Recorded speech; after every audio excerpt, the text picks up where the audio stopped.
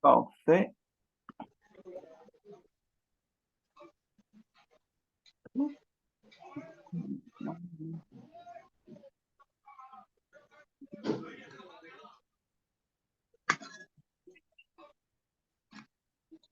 Autant, c'est bon. OK, parfait. Est-ce que vous arrivez à voir mon écran? Oui, professeur, oui. Parfait, parfait. Donc, bien, parfait. Donc, le cours, c'est un cours de psychologie sociale, comme vous le savez. Donc, je ne sais pas si on est à notre sixième ou septième séance. J'en sais plus. Je ne sais plus compter les séances. Mais là, aujourd'hui, Cinquième. c'est ça, OK. Donc, on va aujourd'hui parler de l'identité collective.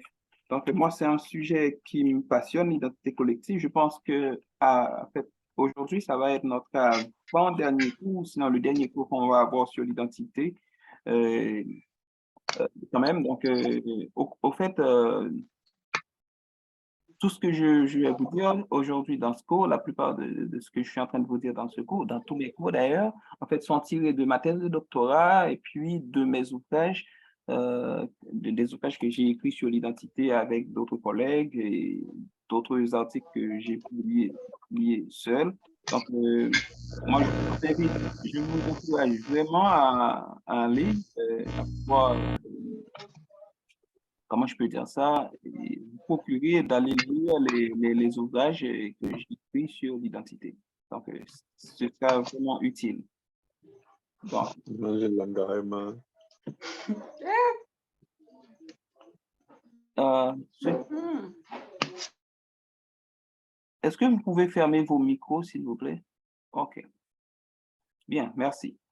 OK. Au fait,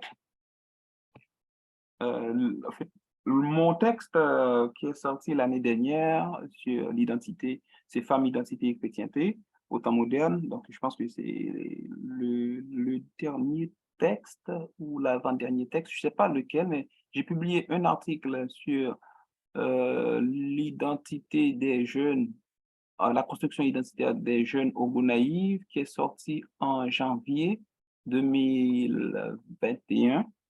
C'est ça, 2022, pardon, 2022. Et cet ouvrage aussi est sorti en janvier 2022, mais je ne sais pas lequel des deux qui, en fait, genre, qui est la dernière production, mais au fait, cet article-là, en fait, je l'ai écrit avec un professeur de l'université of South Florida et puis un de mes étudiants qui s'appelle Faustin Hérault, d'accord? On a fait un travail de recherche sur, je dirais plus comment les jeunes, en fait, au Gonaïves, qui pratiquent le hip-hop, comment ils se construisent par rapport à ce qu'ils regardent à la télé, par exemple. C'était ça le sujet. Donc, puis cet ouvrage, je l'ai publié avec Ginette quand c'est du Salon, Famille, identité chrétienne et temps moderne. Donc, je vous invite vraiment pourquoi pas, moi, j'essaierai de voir si je pourrais partager avec vous un chapitre ou deux chapitres, hein. Moi, j'ai envie de partager avec vous un chapitre que j'ai écrit sur la modernité et probablement je pourrais aussi partager avec vous un autre chapitre qui était écrit sur ce qui en fait qui est écrit sur c'était sur quoi? Oui, sur la construction de l'identité des femmes. Bon, peut-être mais je peux pas partager le livre avec vous malheureusement parce que en fait, j'ai des contraintes par rapport à la maison d'édition, on n'a pas le droit. Donc, mais je pense que je pourrais aussi, moi, je pourrais peut-être, genre, partager un article avec vous ou deux articles de l'ouvrage. Je pense que ça pourrait vraiment vous aider. Mais la plupart de ce que je suis en train de dire dans le cours, en fait, que ce soit sur l'identité, sur les autres thématiques qu'on verra ensemble, parce qu'on verra des thématiques sur la construction identitaire. En fait, on a vu sur la construction identitaire, mais on verra aussi d'autres thématiques telles que la dynamique des groupes, la construction du leadership, en fait, la soumission à l'autorité, puis la violence. Enfin, c'est l'un des cours aussi sur lequel je vais beaucoup m'attarder. Donc, peut-être plus que l'identité, vous verrez, parce que la violence sociale, j'avais enseigné un cours à la faculté d'ethnologie en fait, pour les étudiants à la maîtrise en psychologie sociale sur la problématique de la violence en Haïti. Et puis, j'ai travaillé aussi pour des organismes internationaux sur la question. Donc, je suis consultant en fait, sur la question. Donc, en fait, comme ça, donc, c'est vraiment des cours. Mes cours, c'est des cours sur lesquels j'ai produit des réflexions. Donc, c'est ça. Mais au fait, aujourd'hui, on essaiera un peu d'aller vite, mais en même temps, on essaiera de comprendre le plus que possible. En fait, qu'est-ce que l'identité? Mais aujourd'hui, le cours porte sur l'identité collective, d'accord? On parlera moins d'identité individuelle, mais on parlera d'identité collective. Mais étant donné pour certains d'entre vous qui n'étaient pas au dernier cours, j'ai fait de mon mieux pour vous mettre dans l'ambiance. Au fait, on a dit que l'identité, en fait, c'est le caractère de ce qui est permanent, d'accord, et fondamental de quelqu'un et d'un groupe qui fait son individualité, sa singularité. Personne qui cherche son identité, l'identité nationale, ça c'est la définition un peu générale, globale, on peut dire générique de Larousse. Mais nous, on doit dépasser ce cadre pour essayer de conceptualiser le plus que possible, d'essayer de cogiter sur qu'est-ce qu'on pense, nous, de l'identité à partir de nos travaux, mais aussi avec vous, peut-être que je vous donnerai la chance de discuter, donc de parler, de proposer, de me dire ce que vous pensez de l'identité. Donc, j'ai eu quand même de très bonnes réflexions. Donc, jusqu'à présent, je pense que ça va très, très bien avec vous. Donc, et on va continuer comme ça sur cette lancée. Donc, l'identité, en fait, on peut dire on peut dire de l'identité sépare le soi du non-soi, d'accord? Le clos sur lui-même. Donc, c'est-à-dire, l'identité sépare le soi du non-soi, c'est-à-dire, on avait dit que l'identité, cela se construit dans l'opposition, en fait, d'un soi par rapport aux autres. Donc, les autres, c'est ce qu'on appelle le non-soi. Donc, c'est-à-dire, quand on est dans l'identité, on est dans quelque chose qui est singulier, d'accord, et puis qui se distingue des autres. Mais on sera d'accord avec moi, si on parle de quelque chose qui se distingue, d'accord, qui se distingue, on est aussi en train de parler de quelque chose, par exemple, qui a des caractéristiques propres. D'accord? Bon, en fait, il y a une question qui vient souvent. En fait, on me demande, OK, si vous dites ça de l'identité, par exemple, l'identité, d'accord? En fait, c'est l'opposition entre soi et les autres, d'accord? Et la personnalité, c'est quoi la personnalité, par exemple? C'est des questions qui sont pourquoi pas très intéressantes, qu'on peut se poser dans le cadre d'un cours de psychologie sociale. Bon, je crois que en fait, la définition que je retiens de l'identité, que j'aime beaucoup d'ailleurs, c'est la définition de Walter Mischel de l'identité. En fait, et Walter Mischel nous dit que l'identité, c'est l'ensemble en fait, des cas, en fait, pas de l'identité, d'accord, je suis désolé, de la personnalité, par exemple. Pour vous faire un peu pour la démarcation, la personnalité, ce sont des modes de comportement distinctifs, d'accord, y compris les pensées, les émotions qui caractérisent un individu, d'accord, dans les différentes situations de sa vie, d'accord. C'est-à-dire l'identité, en fait, la personnalité, par exemple, c'est ce que l'individu essaie de mettre par devant. D'ailleurs, si on prend la notion de personnalité dans sa définition étymologique, d'accord, personalitas signifie masque, d'accord? Et puis, toute la théorisation un peu qu'on fait de la personnalité, pardon, on essaie de rapprocher cette notion le plus que possible de ce qu'on appelle du théâtre dans la mythologie grecque, par exemple. Donc, on dit qu'il y a 12 traits de personnalité, en fait, mais aussi dans le théâtre, dans le théâtre de l'Antiquité grecque, c'est-à-dire, en fait, la personnalité, d'accord, c'était ce masque, d'accord, qu'on met, d'accord, devant, qui nous représente, mais au fait, qui n'est pas ce qu'on est, d'accord? Parce que, en fait, on est en train de jouer un rôle quand on est dans le théâtre. La personnalité, c'est ça, c'est-à-dire, c'est ce mode de comportement distinctif. Là, je répète Walter Michel, d'accord, et des comportements distinctifs, y compris les pensées, les émotions, d'accord, qui caractérisent un individu dans les différentes situations de sa vie. d'accord, aux différentes situations de sa vie. À chaque situation, par exemple, on se présente comme ça, d'accord? C'est-à-dire, on met ce masque qui essaie de nous, en fait, qui nous permet d'affronter le moment, en fait, précis. Par contre, l'identité, d'accord, c'est ce qu'on dit qu'on est, c'est la manière qu'on se représente et c'est la manière en fait, qu'on se projette, d'accord? Donc, maintenant, on peut continuer à épiloguer dessus. Donc, mais on y revient dans ce qu'on peut dire, dans ce qu'on peut considérer comme l'essentiel. Donc, et là, quand on parle d'identité là, on peut dire que c'est, attends, je ne sais pas, ok. Donc, c'est, en fait, on peut dire par exemple, en fait, je suis pas, en fait, par exemple, Sandy n'est pas Jean, d'accord? C'est-à-dire Sandy se distingue de Jean, mais Sandy non plus n'est pas Pierre, par exemple. D'accord? C'est-à-dire les individus donc, se distinguent par rapport à d'autres personnes, par rapport à d'autres groupes. Donc, en ce sens, on peut dire que l'identité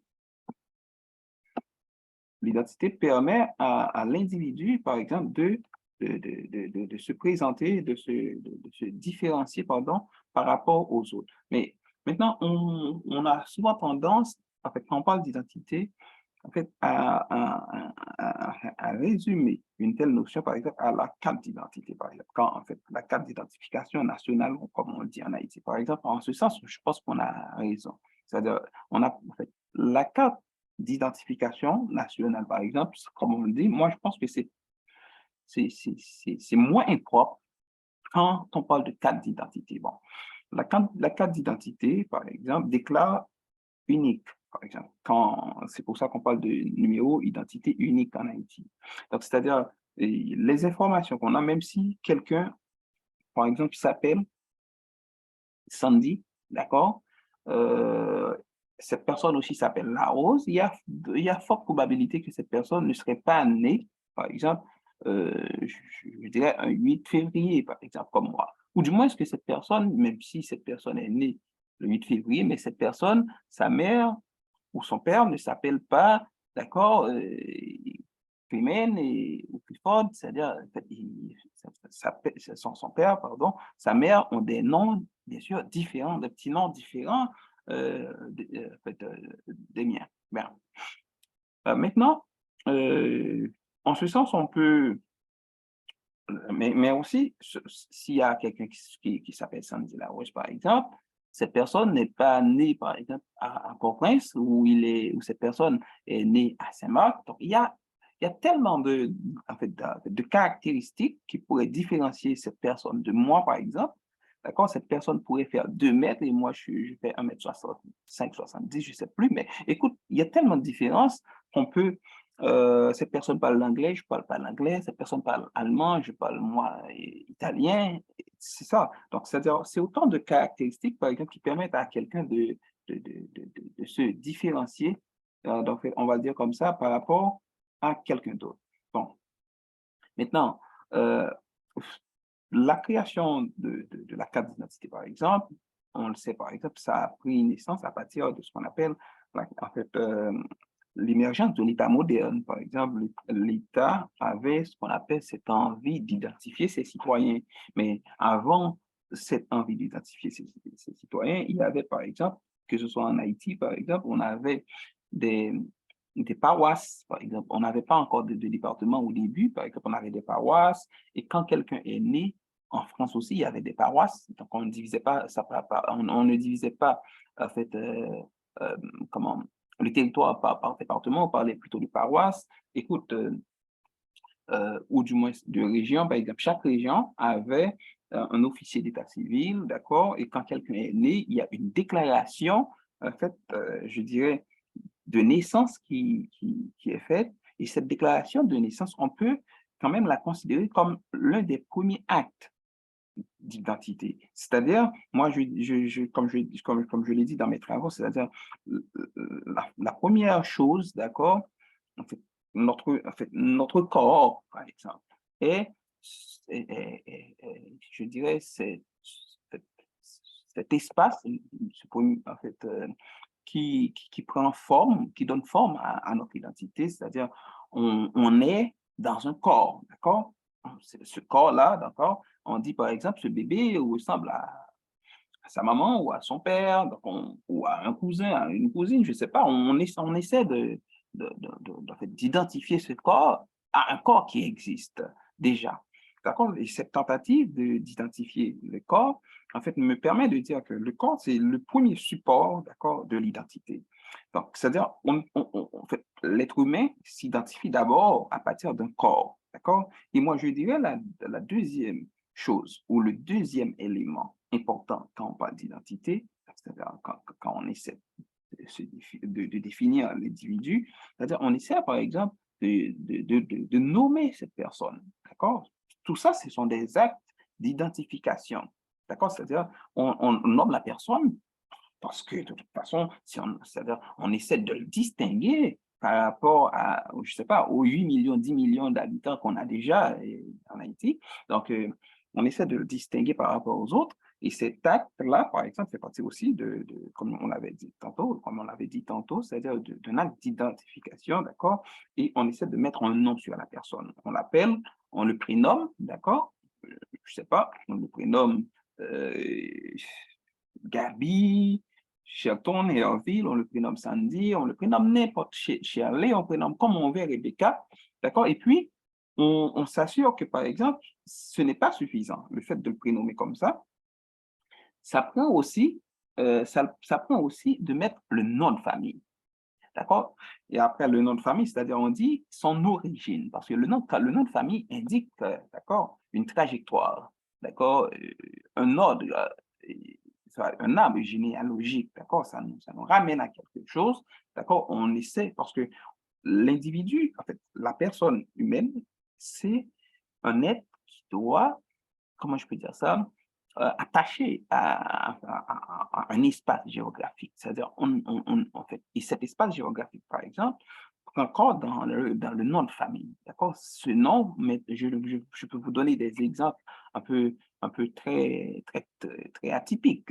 Quand on est, par exemple, à Québec, en fait, quand on dit qu'on s'appelle Diola, rapidement, par exemple, on sait que tu n'es pas québécois. C'est-à-dire, en fait, rapidement, on essaie de voir que, écoute, sûrement, écoute, ça sonne un peu euh, africain. C'est-à-dire, on essaie, c'est-à-dire, quand vous, en fait, la personne qui voit, en fait, qui voit ne serait-ce que votre CV, eh bien, sans même, par exemple, même si vous avez même si vous étiez né à Québec, par exemple, le fait que vous vous appelez Diola, Diop, d'accord, et je sais pas, en fait, on peut prendre d'autres noms, d'accord? En fait, ces noms-là, par exemple, Mohamed, par exemple, on dit, par exemple, ça, c'est plus, comment, arabe. Donc, c'est-à-dire, les noms, par exemple, en fait, comment je peux dire ça? C'est un marqueur d'identité, marqueur identitaire. C'est un marqueur d'identité, c'est un marqueur identitaire important et fort.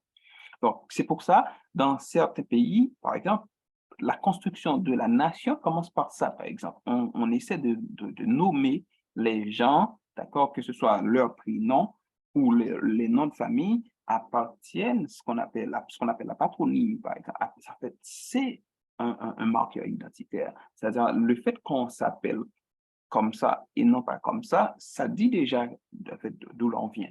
D'accord? Donc, euh, on comprend, par exemple, moi, là j'ai pas envie d'ouvrir un débat, mais on peut y revenir. Par exemple, en Haïti, on a tendance à donner des noms que même les grands-parents, les parents ne comprennent pas, d'accord? Et, euh, on donne n'importe quel nom, de n'importe quelle manière. Donc, on peut même donner à l'enfant un nom allemand, d'accord? Schneider, on ne sait même pas comment l'écrire, on l'écrit mal, on le prononce comme on veut, etc. Donc, mais ça aussi, on peut l'expliquer. L'aliénation, par exemple, culturelle, d'accord, je dirais, par exemple, ça nous permet de comprendre que, en fait, est-ce qu'on est en train de devenir l'autre qu'on n'est pas. Donc, c'est aussi des débats qu'on peut ouvrir à la fin de la séance. Donc, mais pour dire que, en fait, bref, c'est que les noms, d'accord, les noms sont des marqueurs identitaires. Il y a même une recherche qui a été faite à Québec pour montrer que, par exemple, en fait, dans les boulots, en fait, quand vous envoyez votre CV à Québec, en fait, il y a de fortes chances qu'on ne vous appelle pas, par exemple, si votre nom, même si vous avez une bonne compétence, si votre nom, par exemple, ne sonne pas québécois, par exemple, ou du moins, il y a des travaux qui sont réservés pour telle catégorie par rapport à leur nom, par exemple, le nom de famille surtout. Donc, fait, là, écoute, on comprend, c'est parce que les noms, écoute, c'est des marqueurs identitaires, mais les noms aussi peuvent être, par exemple, dans certains cas, euh, des éléments qui pourraient conduire à ce qu'on pourrait appeler des inégalités, c'est-à-dire les éléments, d'accord, qui structurent les inégalités. Donc, si tu es de telle famille, tu peux pas être, tu n'es pas grand-chose, écoute, c'est comme si tu étais condamné pour rester pauvre. Et si tu es de telle famille, par exemple, écoute, tu es riche. Bon, on connaît, par exemple, en Haïti, quand tu t'appelles Bidjo, Canes, Brandt, Madsen, Accra, d'accord, Vob, on dit, écoute, ça, c'est des familles riches, par exemple. Donc, tu vois? Et puis, en fait, on construit ça comme ça, et puis on dit, c'est comme les autres, là, écoute, vous êtes pauvres. Mais même pour faire des prêts en fait, à la banque, d'accord, les banques haïtiennes, là, en fait, ça prend vraiment un nom de famille, d'accord? Et ce nom de famille, par exemple, écoute, c'est grand nom de famille. Donc, on dit il y a des grands noms de famille et il y a des petits noms de famille. Donc, c'est-à-dire, on construit déjà une identité par rapport à, en fait, notre nom pour nous procure une identité. Moi, je suis de la famille Vorb, d'accord? Écoute, bon, si je suis de la famille Vorb ou si je suis de la famille Bidjo, Accra, Brandt, etc., Madsen, toutes les grandes familles, d'accord, qu'on connaît, Boulos, etc. Donc, c'est des familles riches, d'accord? Et les autres sont pas opposition comme pauvres. Mais vous comprenez que c'est aussi, euh, c'est un peu de la réalité, mais aussi c'est un peu de la construction de l'imaginaire aussi, d'accord? C'est pas parce qu'on s'appelle VOP, tous les VOP ne sont pas riches, tous les Boulocs ne sont pas riches, tous les... Non, mais non. Mais parce qu'ils ont un nom comme ça, on leur offre plus de possibilités, on leur offre, c'est-à-dire ils n'ont pas en fait la même égalité de chance. Il n'y a pas la même égalité de chance. C'est ça. La question d'égalité de chance, par exemple, se pose au niveau des noms en Haïti. Donc voilà autant de choses en fait, autant de débats qu'on pourrait soulever à partir d'un nom qui est un marqueur identitaire. Et dans un pays où, par exemple, les noms servent, d'accord, les noms nous ouvrent à des portes, tout comme les noms peuvent nous fermer des portes, d'accord, peuvent nous faire claquer les portes au nez. Donc, c'est-à-dire, ça pose, ça demande un débat. Bon, maintenant, on est, on est passé à quelque chose d'important. Donc, pour dire quoi? Pour vous dire que en fait, l'identité comme concept, d'accord, c'est quelque chose qui est très changeant, d'accord, mais qui est aussi multiple et contradictoire. Changeant d'abord, c'est-à-dire l'identité change. Au cours de notre existence, d'accord, on a eu des identités multiples, c'est-à-dire on est passé à élève, d'accord, à professeur, on est passé à père de famille, on est passé à enseignant, directeur, on est passé à travailleur. Donc, c'est-à-dire, on fait on est chrétien, on est non-chrétien, on est vaudouisant, on est musulman, on est athée. C'est autant d'identités. Et ceci, en fait, chez une seule et même personne, on peut avoir beaucoup, c'est une multitude d'identités, c'est-à-dire une multitude de façons de se définir, par exemple. La personne peut, dans une circonstance donnée, se définir comme plutôt, écoute, plutôt comme, je sais pas, féministe. Et puis, dans un autre contexte, la personne se définit comme, je ne sais pas, nazi, les nazistes. Et puis, dans un autre contexte, la personne se définit comme philosophe, ou dans un autre contexte, la personne se définit comme athée. C'est-à-dire, il y a tout ça. Donc, et l'identité, d'accord, d'une personne, c'est mouvant, d'accord, c'est liquide, ça change. Donc, pour reprendre Zygmunt Bauman, c'est-à-dire il y a une liquidité de l'identité. Et le temps moderne, c'est toute cette différence que les gens, en fait, peuvent choisir leur identité, mais aussi parce que le temps moderne, non, mais dans un contexte de réflexivité. C'est-à-dire, on est capable de se projeter, d'accord, et on est capable de se redéfinir autant qu'on peut, au fait, autant qu'on veut, d'accord, par rapport à ce qu'on souhaite, à ce qu'on ne souhaite pas, en fait, à notre vision du monde. Et la vision du monde qu'on a peut être, écoute, peut être aussi tellement changeant, d'accord? Donc, c'est pour ça qu'on dit l'identité est quelque chose de contradictoire. En fait, on peut prendre un exemple. Par exemple, je sais que vous aimez beaucoup le football, le soccer, par exemple, comme les Canadiens l'appellent. En fait, par exemple, quelqu'un qui aime le soccer, dans le contexte, moi, je prendrais une équipe comme l'équipe française, par exemple. En fait, on sait que les Noirs, écoute, ils ont une histoire un peu difficile avec la France, d'accord? Vous connaissez cette histoire très difficile. La France a exploité l'Afrique. La France a- en fait, a mis les Noirs en esclavage dans les Amériques et un peu partout. Donc, il y a en Afrique aussi. Donc, même après la libération de certains pays africains, d'accord?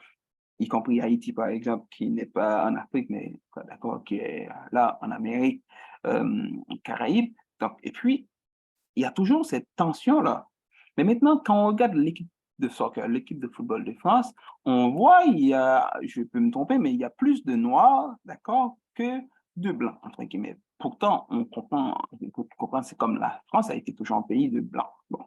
Mais là encore, par exemple, ces mêmes Noirs, par exemple, qui sont contestés, ou du moins qu'on les empêche en fait, d'émerger dans un pays comme la France. C'est difficile pour les Noirs d'émerger, mais quand Lilian Thuram marque un but, d'accord, écoute, et tous les Français, même les plus racistes, sont contents parce que c'est l'équipe française, d'accord? C'est la nation, d'accord? Donc, c'est-à-dire, mais dans un contexte où, par exemple, le joueur, par exemple, on avait vu lors de la dernière Coupe du Monde, le joueur qui, par exemple, qui aurait dû, en fait, en fait, donner la passe euh, comment on aurait dû passer la balle à Mbappé et puis qu'il a tiré, mais ça arrive, donc on fait tous des erreurs. Mais quand la personne marque des buts, la personne est française, mais quand la personne fait une erreur, c'est quelqu'un d'origine africaine. Donc, on met ça par devant. Moi, je peux vous donner des références, beaucoup de références, où quand un joueur d'origine africaine, c'est-à-dire qui est soit né en Afrique ou qui a des parents africains, d'accord, quand la personne écoute, fait quelque chose de bon pour toute la France est derrière cette personne, c'est magnifique, etc. Il n'y a pas plus français que cette personne-là au moment où cette personne marque un but. Et tu verras pas un journal va dire, mettons là, écoute, c'est quelqu'un d'origine africaine. On va dire, par exemple, la France a gagné et c'est Mbappé qui a marqué, ou c'est Matuidi, etc. Mais quand ça passe mal, d'accord, on va dire, par exemple, en fait, un tel d'origine camerounaise a raté un but. Donc, c'est-à-dire, moi, je vous invite à voir la contradiction, toutes ces contradictions qui peuvent exister dans la question d'identité. Donc, mais ces contradictions, par exemple, on peut le poser aussi dans d'autres contextes. On peut se demander, par exemple, à les Haïtiens, par exemple, est-ce qu'on est africain? Quand je dis africain, par exemple, est-ce qu'on se définit un peu comme afro? D'accord? Est-ce qu'on est africain? Est-ce qu'on est caribéen? Est-ce qu'on est haïtien? D'accord? Est-ce qu'on est français, puisqu'on a été quand même occupé par les Français et on parle le français. Donc, même la littérature haïtienne pendant longtemps a été très influencée par les idées en fait, européennes, les idées des Lumières, les idées françaises. D'accord? Donc, maintenant, comment peut-on définir en fait l'haïtien, par exemple? Donc, l'haïtien se définit dans ce qu'on appelle une série de contradictions, d'accord? Donc, et ces contradictions-là, par exemple, nous permettent aussi de dire ce qu'on est et puis ce qu'on n'est pas. Bien. Donc, maintenant, pour faire le pont entre tout ce qu'on a dit, on peut dire que l'identité est donc ce qui marque l'unicité. C'est-à-dire, en fait, quand je suis unique, d'accord? Mais en même temps qu'on est unique, on se ressemble aussi. C'est ce qui a d'intéressant. C'est-à-dire, je suis unique en tant qu'individu, mais j'appartiens, j'ai une appartenance collective, une appartenance nationale à Haïti, par exemple. Donc, quand je parle, on peut voir que c'est un Haïtien qui est en train de parler. Donc, il y a des choses qu'on, qui nous définissent comme Haïtiens, en fait, des choses qui nous définissent, d'accord, comme Haïtiens. Et ça fait partie de nous, d'accord? On a des choses qu'on partage en commun. C'est-à-dire, tout en étant unis, aussi, on est dans le multiple, d'accord? On est on est là-dedans.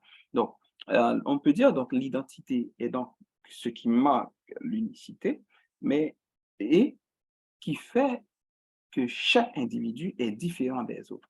Donc, l'unicité, c'est qu'on est différents tous, d'accord? Bon, je crois qu'il y avait un étudiant qui l'avait soulevé, mais cette unicité débute d'abord dans ce qu'on appelle comment je peux dire ça, euh, la conception, d'accord, de la personne. La conception, c'est-à-dire, je parle vraiment dans l'acte sexuel qui a mené à, à, à la conception de cet individu, par exemple. C'est-à-dire les chromosomes de la mère, les chromosomes du père, écoute, qui vont se mettre ensemble, d'accord, pour donner cet individu unique, d'accord, dans le monde. Je crois, il y a une étude qui a prouvé qu'il fallait avoir, genre, 3 trillions, d'accord, d'individus pour qu'il y ait, genre, au moins 2 individus semblables.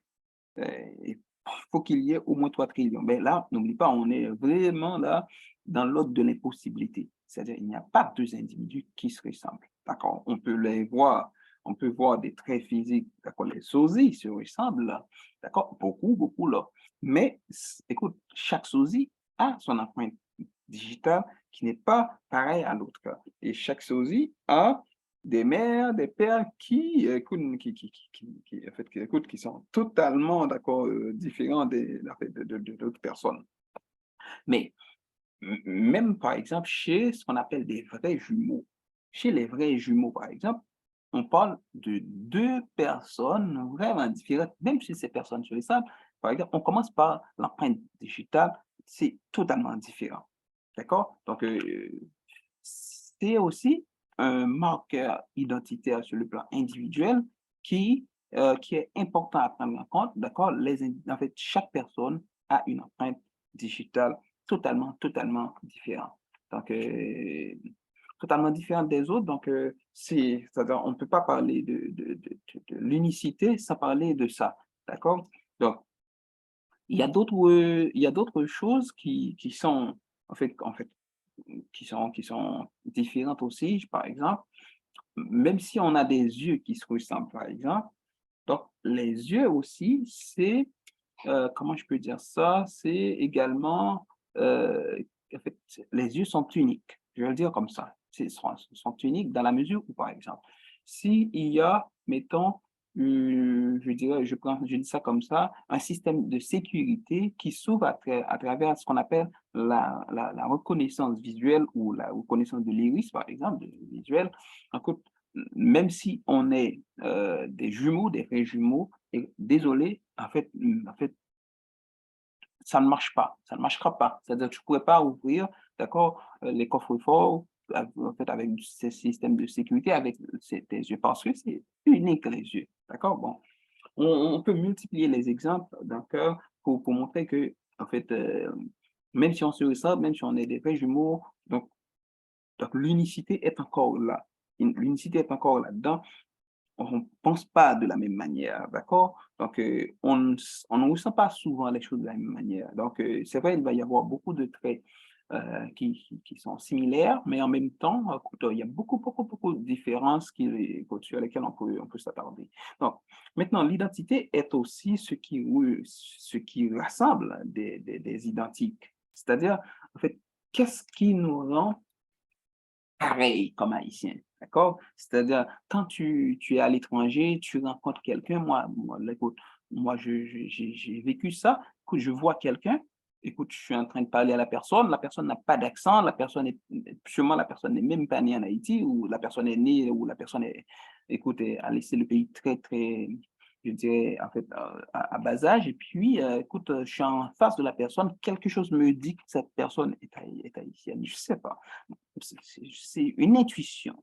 Moi, j'ai comme l'impression que, en fait, il y a quelque chose qui nous, d'accord, qui rassemble ces identiques, en fait, des éléments qui rassemblent ces identiques pour former ce qu'on appelle le collectif. Parce qu'on se rassemble au nom des valeurs, au nom des choses qu'on partage, d'accord? On a et c'est-à-dire le plus important dans tout ça, je crois que c'est Weber qui le dit, d'accord? En fait, dans son texte où il parle de ce qu'on appelle la communalisation, c'est-à-dire c'est ce sentiment, d'accord, d'avoir des choses en commun, d'accord, ce sentiment de partager des valeurs communes avec une communauté, avec en fait, un groupe, par exemple. Donc, ces choses-là, par exemple, nous permettent de comprendre l'importance de l'identité, d'accord, de l'identité collective en particulier, d'accord. Donc, en fait, on ne peut pas, par exemple, concevoir ou penser la nation, penser que, par exemple, on peut, genre, avoir une Haïti, étant donné qu'on est haïtien, en fait, changer le pays, espérer, genre, un changement sans penser, sans s'asseoir autour d'une table pour poser la problématique de l'identité en Haïti. L'identité serait cette chose qui permettent aux gens, en fait, aux gens, d'accord, aux différentes catégories sociales, en fait, toutes tendances d'ailleurs, en fait, de dire qu'on a une chose en commun. Et aujourd'hui, si on perd, en fait, si on est dans cette situation, en fait, selon moi, en tant que penseur, je pense que c'est en grande partie parce qu'on a perdu des repères. On a perdu ce qu'on avait en commun, par exemple. En fait, on peut retourner, je ne sais pas, 200 ans en arrière, 210, 220, 215 ans en arrière, pour regarder, par exemple, qu'est-ce qui a permis à ces personnes, d'accord, je parle de l'armée des Incas et de l'armée de Dessalines, par exemple, qu'est-ce qui a permis à cette armée de gagner cette guerre? C'est parce qu'il y avait des personnes qui avaient vraiment des intérêts divergents, des intérêts vraiment, écoute, ils n'avaient rien en commun, genre les mulâtres et les noirs, par exemple. Pourquoi pas? Il n'y avait rien. J'écoute, quand on regarde, écoute, il y avait cette colonie, hein, il y avait tellement de divisions dans cette colonie et les blancs étaient les dieux, d'accord? Ils étaient les supérieurs. Les affranchis ou les mulâtres, d'accord, en fait, pensaient, écoute, on est moins nègre et on est soit petit-fils, fils de blanc. Donc, on est peut-être qu'on est plus proche des blancs, mais on ne se ressemble pas aux esclaves.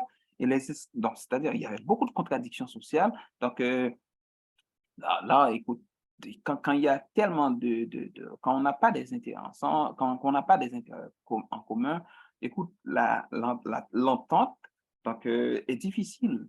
Donc, on ne peut pas trouver des compromis. Mais maintenant, ce qui a permis en fait, à ces Haïtiens de trouver, bon, ils n'étaient pas encore des Haïtiens, c'est des Saint-Domingois ou des captifs, d'accord, africains, de construire cette nation qu'on va appeler nation haïtienne, c'est parce ils se sont mis d'accord autour d'une chose, qu'on a ce territoire en commun, qu'on doit prendre notre indépendance, on doit chasser, d'accord, l'ennemi en commun, d'accord, qui étaient les Blancs français et, je sais pas, et toutes sortes de Blancs, d'accord, et puis de construire une nation ensemble, d'accord, et puis au nom des valeurs, par exemple. Et ces valeurs, par exemple, le fait, écoute, c'était la liberté et le bien-être.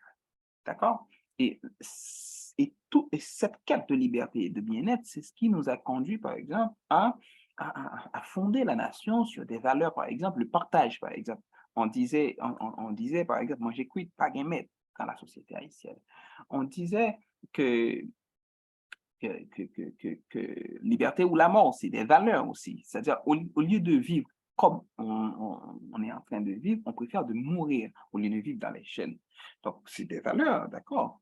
L'union fait la force, mais en pile, je ne pas loup, d'accord? C'est-à-dire ce qu'on appelle le combitisme. Hein, c'est des valeurs qu'on a cultivées, et c'est au nom de ces valeurs que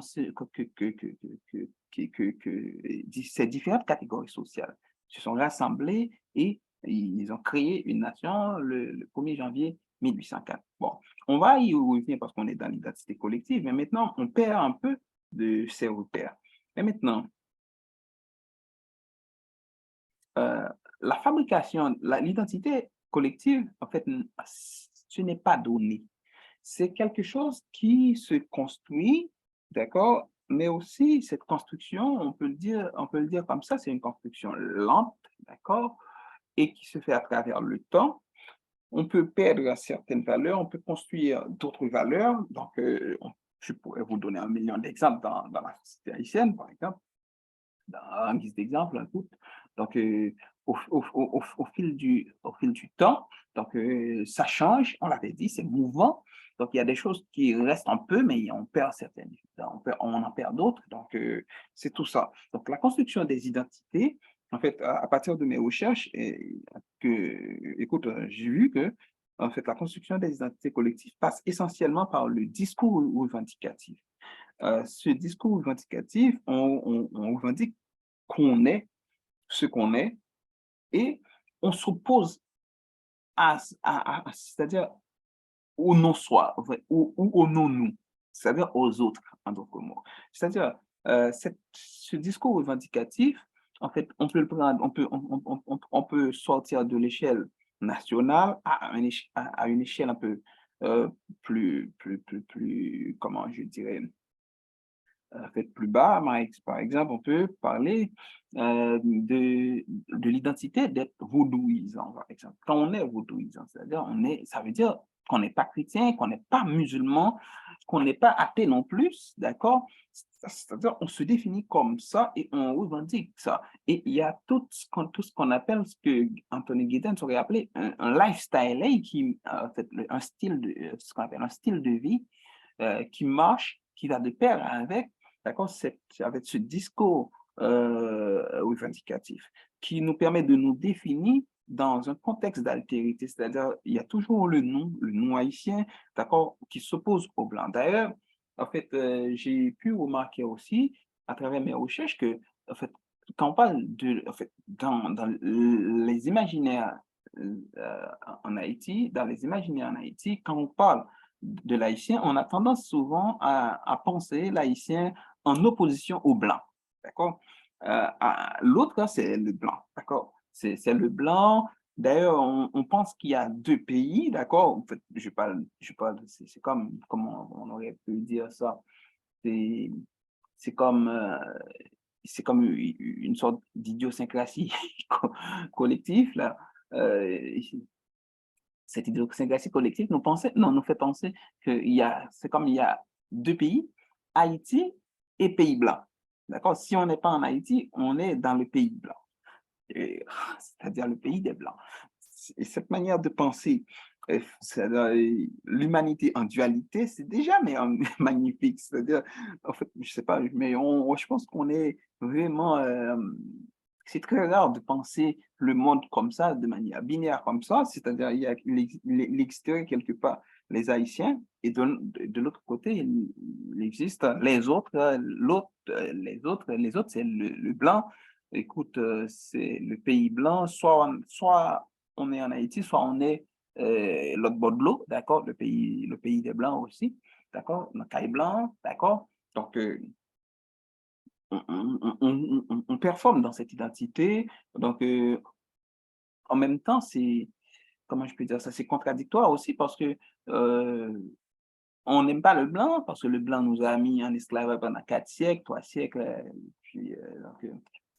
depuis 1503, donc, puis jusqu'à 1803, donc ça fait vraiment 3 siècles, plus c'est 200 ans qu'on a passé à galérer.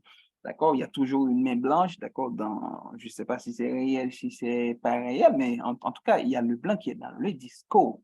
Donc, c'est-à-dire qu'on parle, qu'on pense l'haïtien, donc, en fait, ils ne veulent pas avancer, ils ne veulent pas qu'on avance, ils veulent qu'on reste d'accord? C'est-à-dire, il y a l'imaginaire, c'est-à-dire l'identité haïtienne est construite et construite à partir de cet imaginaire, d'accord? De cette opposition, euh, nous, Haïtiens, eux, blancs. Ben, euh, cette construction d'identité collective constitue aussi une réponse à un système, c'est-à-dire le système esclavagiste, d'accord, qui nous opposait en fait, un mode de vie où le noir, le nègre n'était pas considéré comme un être à part, comme un être à part entière, il n'était pas considéré comme un humain du tout.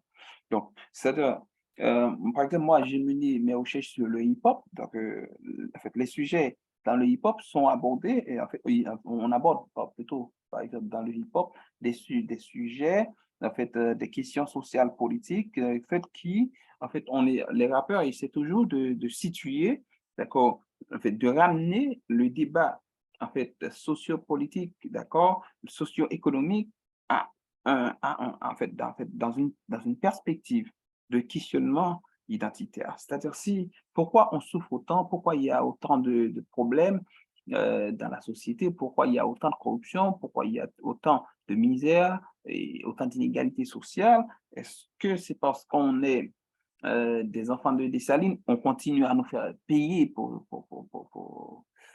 ce qu'on avait fait, c'est-à-dire pour ce qu'on avait fait à l'armée de Napoléon, pour l'échec qu'on a infligé à l'armée napoléonienne. Donc, et c'est ça.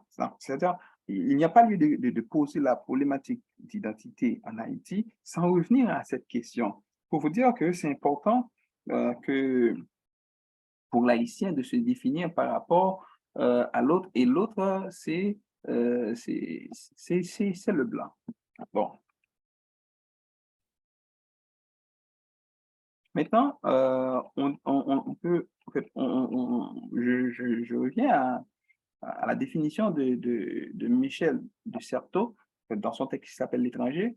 Il, il nous dit qu'une société se définit par ce qu'elle exclut. Elle, elle se constitue en se différenciant. Former un groupe, c'est créer des étrangers. C'est-à-dire, euh,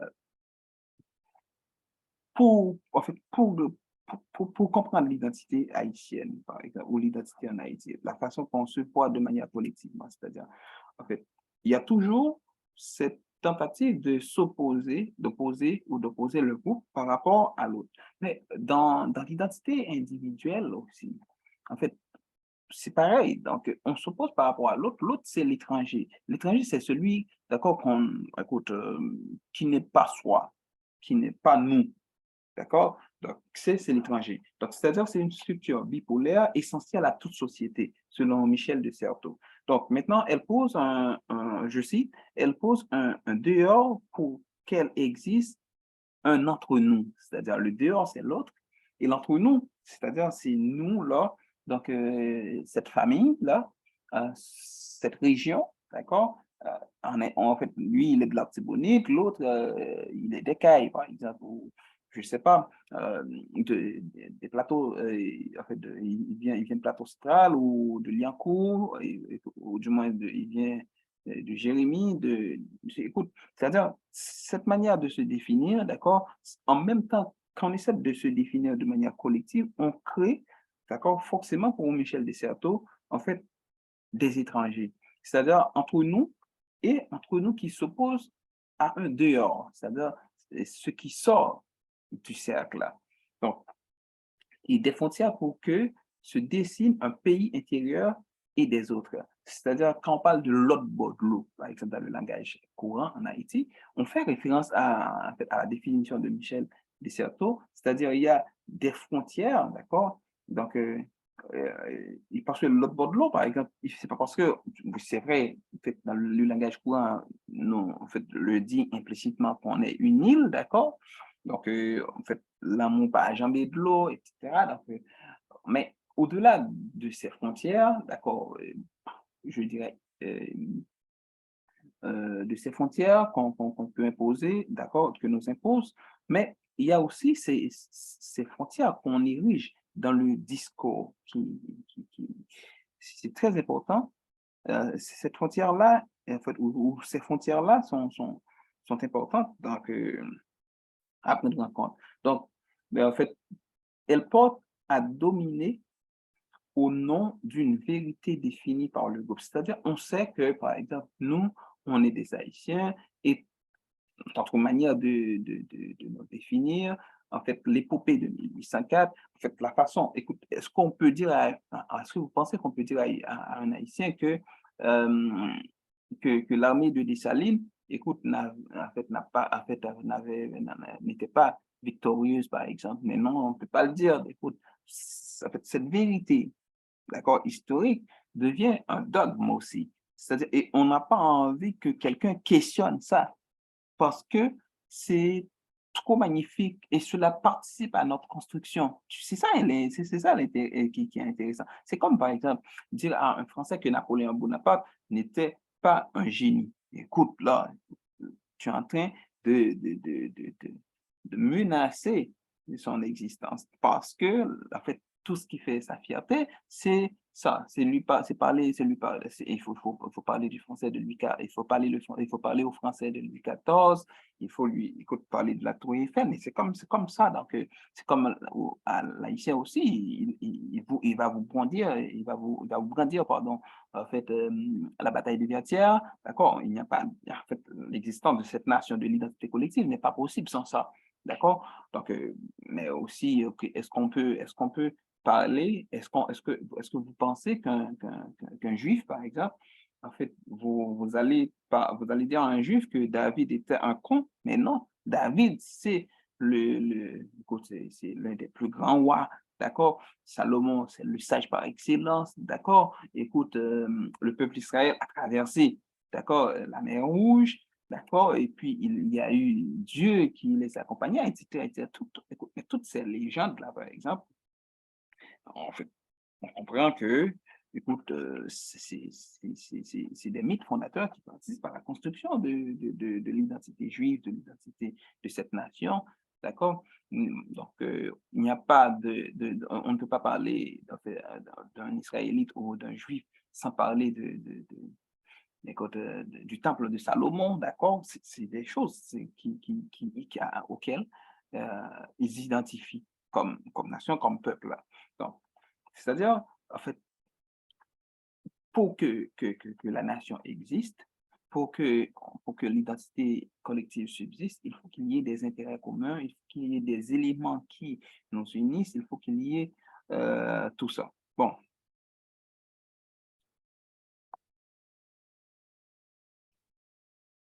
je ne sais pas si vous avez des questions. Bon, maintenant, on peut dire que l'identité collective est façonnée par différentes activités, euh, telles que la littérature, la musique et l'art.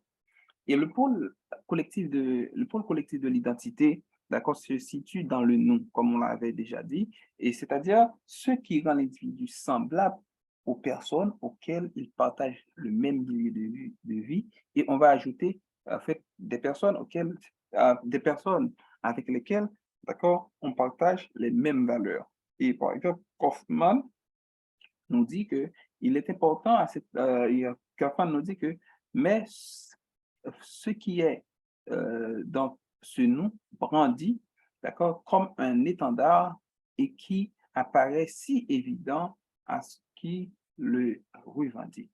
À ceux qui le revendiquent. En fait qu'est-ce qu'il veut dire par là? C'est-à-dire, en fait, à chaque fois qu'on est dans un contexte, d'accord, j'aime prendre l'exemple de l'équipe nationale de football de Haïti, par exemple, les Grenadiers, par exemple. Les Grenadiers, en fait, euh, c'est, je dirais, cette équipe-là, par exemple, a contribué beaucoup, d'accord, à ce qu'on peut appeler, fait, à nous permettre, comme collectivité, de brandir, par exemple, cet étendard du nous, par exemple, ce nom-là, par exemple. Quand l'équipe haïtienne, je crois, a battu haut la main, par exemple, et quand écoute, a battu haut la main l'équipe canadienne de soccer, par exemple.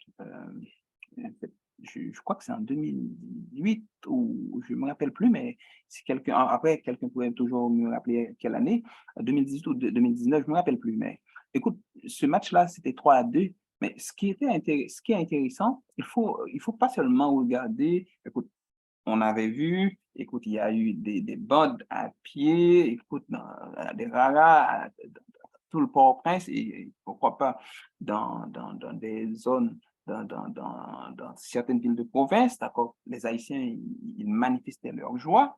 Donc, mais en même temps, il faut voir, par exemple, ce déferlement comment je peux appeler ça? Moi, j'appelle ça une montée identitaire, ou du moins cette affirmation identitaire qu'on peut, en fait, cette vague d'affirmation identitaire sur les réseaux sociaux. Et écoute, c'était magnifique. Mais en plus de ça, par exemple, au Canada, là, par exemple, en fait, des personnes qui ne disaient jamais qu'ils étaient haïtiens, d'accord? Fait quand, écoute, écoute, ils parlaient fièrement, ils disaient fièrement qu'ils étaient haïtiens, écoute, mais c'est parce que, en fait, il y a quelque chose, d'accord, qui a facilité ce réveil, d'accord? Cette fierté d'être haïtien. Donc, en même temps, s'il y a des choses qui peuvent participer à l'éveil, d'accord, ou au réveil, ou à, à cette, comment je peux dire, dynamique-là, donc, cette chose qui nous permet d'affirmer fièrement, d'accord, qu'on est haïtien, ou qu'on est québécois, ou qu'on est canadien, ou qu'on est américain, il y a des choses aussi, d'accord, qui peuvent nous rabaisser la collectivité, ou du moins en fait, qui nous mettraient mal à l'aise. Par exemple, quand on définit de plus en plus Haïti comme genre une république de gangs armés, d'accord, donc, où on parle des sénateurs qui sont drug dealers, ou des sénateurs qui financent, ou des élus qui financent les bandits armés, les gangs, en fait, le kidnapping, écoute, mais on ne peut pas être fier là, par exemple. On ne peut pas être fier quand quelqu'un te parle de la politique, par exemple, si tu es dans un pays étranger. Écoute, on est le seul pays démocratique présentement qui n'a aucun élu, par exemple. Mais c'est contradictoire. Et toutes ces contradictions nous mettent mal à l'aise. Bon, on peut retourner là-dessus, donc on aura le temps, mais en attendant, donc pour vous dire que l'identité, il y a des choses qui nous permettent de brandir l'identité, d'accord, de brandir ce nom, d'accord, de porter ça comme un étendard, d'accord, de dire fièrement qui on est, mais en même temps, il y a des choses qui nous mettent mal à l'aise. Donc, et ce que l'on devrait faire et ce que font certaines nations, ils essaient de construire autant de choses qui sont tellement, tellement, tellement positives, ils sont tellement de la positivité, mais on peut avoir écoute, certaines choses, il peut y avoir certaines choses qui ne marchent pas, mais tout ne peut pas être à zéro, d'accord? Et pour comprendre ça, il faut investir beaucoup dans l'éducation, d'accord? Il faut investir dans l'éducation, il faut valoriser les femmes dans les sociétés, il faut valoriser les personnes qui étudient, d'accord? Les étudiants, il faut les valoriser, il faut valoriser les études, il faut valoriser la personne humaine, d'accord? Écoute, on va avoir, on va avoir le temps pour le débat, mais un temps pour le débat, mais c'est grave, là, en fait, notre conception de l'humain aujourd'hui. C'est-à-dire notre conception de l'humain, d'accord? En fait, là, écoute, si on retourne en arrière, 4, 5 siècles en arrière, écoute, on était fâchés parce que, en fait, on nous avait vendus, on va le dire comme ça, où on nous avait réduits en esclavage, on était des objets, des meubles, des biens meubles, d'accord? Et on a mené une lutte, on est devenu libre. Et aujourd'hui, c'est comme un boomerang, écoute, ça retourne vers nous. Et maintenant, on est esclave dans ce même pays qu'on a construit ensemble. Et maintenant, qui, en fait, qui enlève les gens, qui enlève les Haïtiens, ce sont les Haïtiens. D'accord? Qui tue les Haïtiens, ce sont encore les Haïtiens. Donc, en fait, cela peut nous pousser à questionner l'identité. D'accord? Donc, qu'est-ce qui s'est passé? Qu'est-ce qui s'est passé? Qu'est-ce que nous sommes devenus?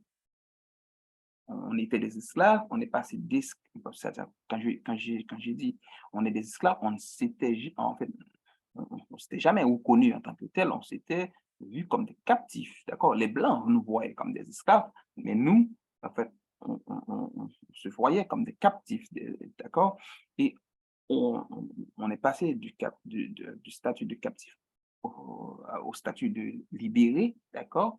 Et puis, c'était tellement magnifique que notre liberté a été comme une vague euh, de contagion dans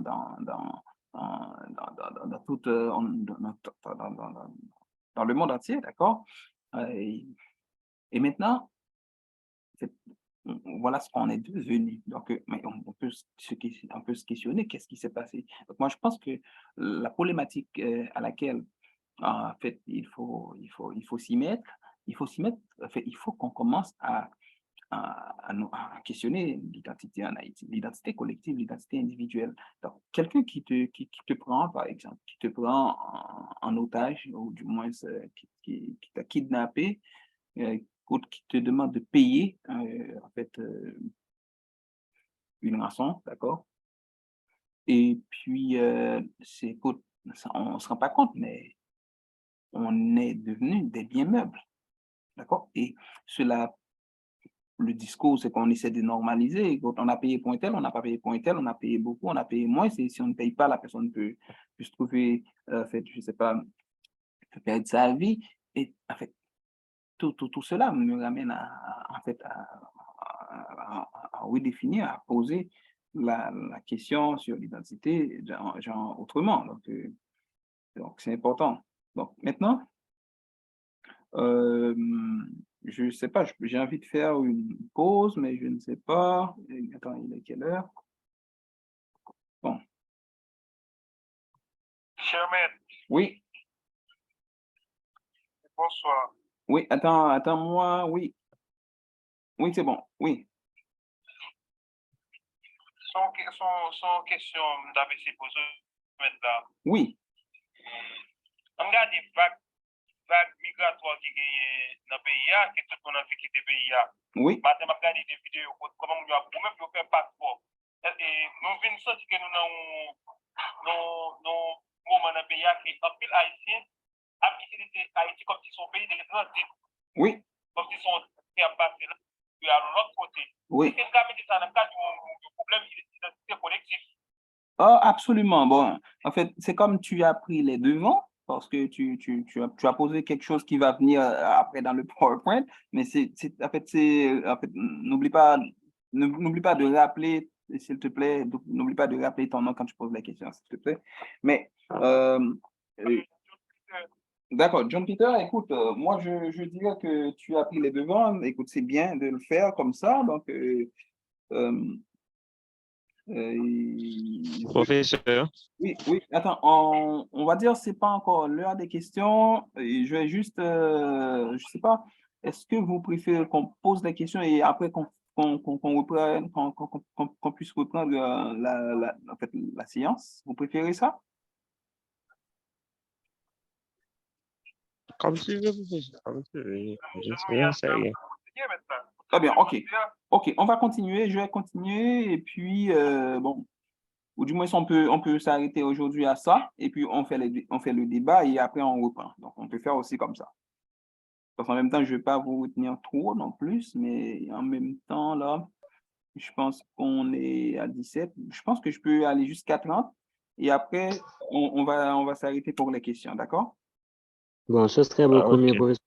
D'accord, Prochaine. Ok, professeur. d'accord. Ok, on va fermer les micros, s'il vous plaît, et après, j'arrête à 30 et après, tout le monde, on peut écrire dans le chat que si on a des questions et puis on se lève la main aussi. C'est plus facile pour moi de gérer tout ça. Bien. Ouais, attends, là, je vais partager l'écran. C'est où là? C'est parfait. Bien. Attends. Ok, vous voyez l'écran? Oui, oui. Oui. Donc, Euh,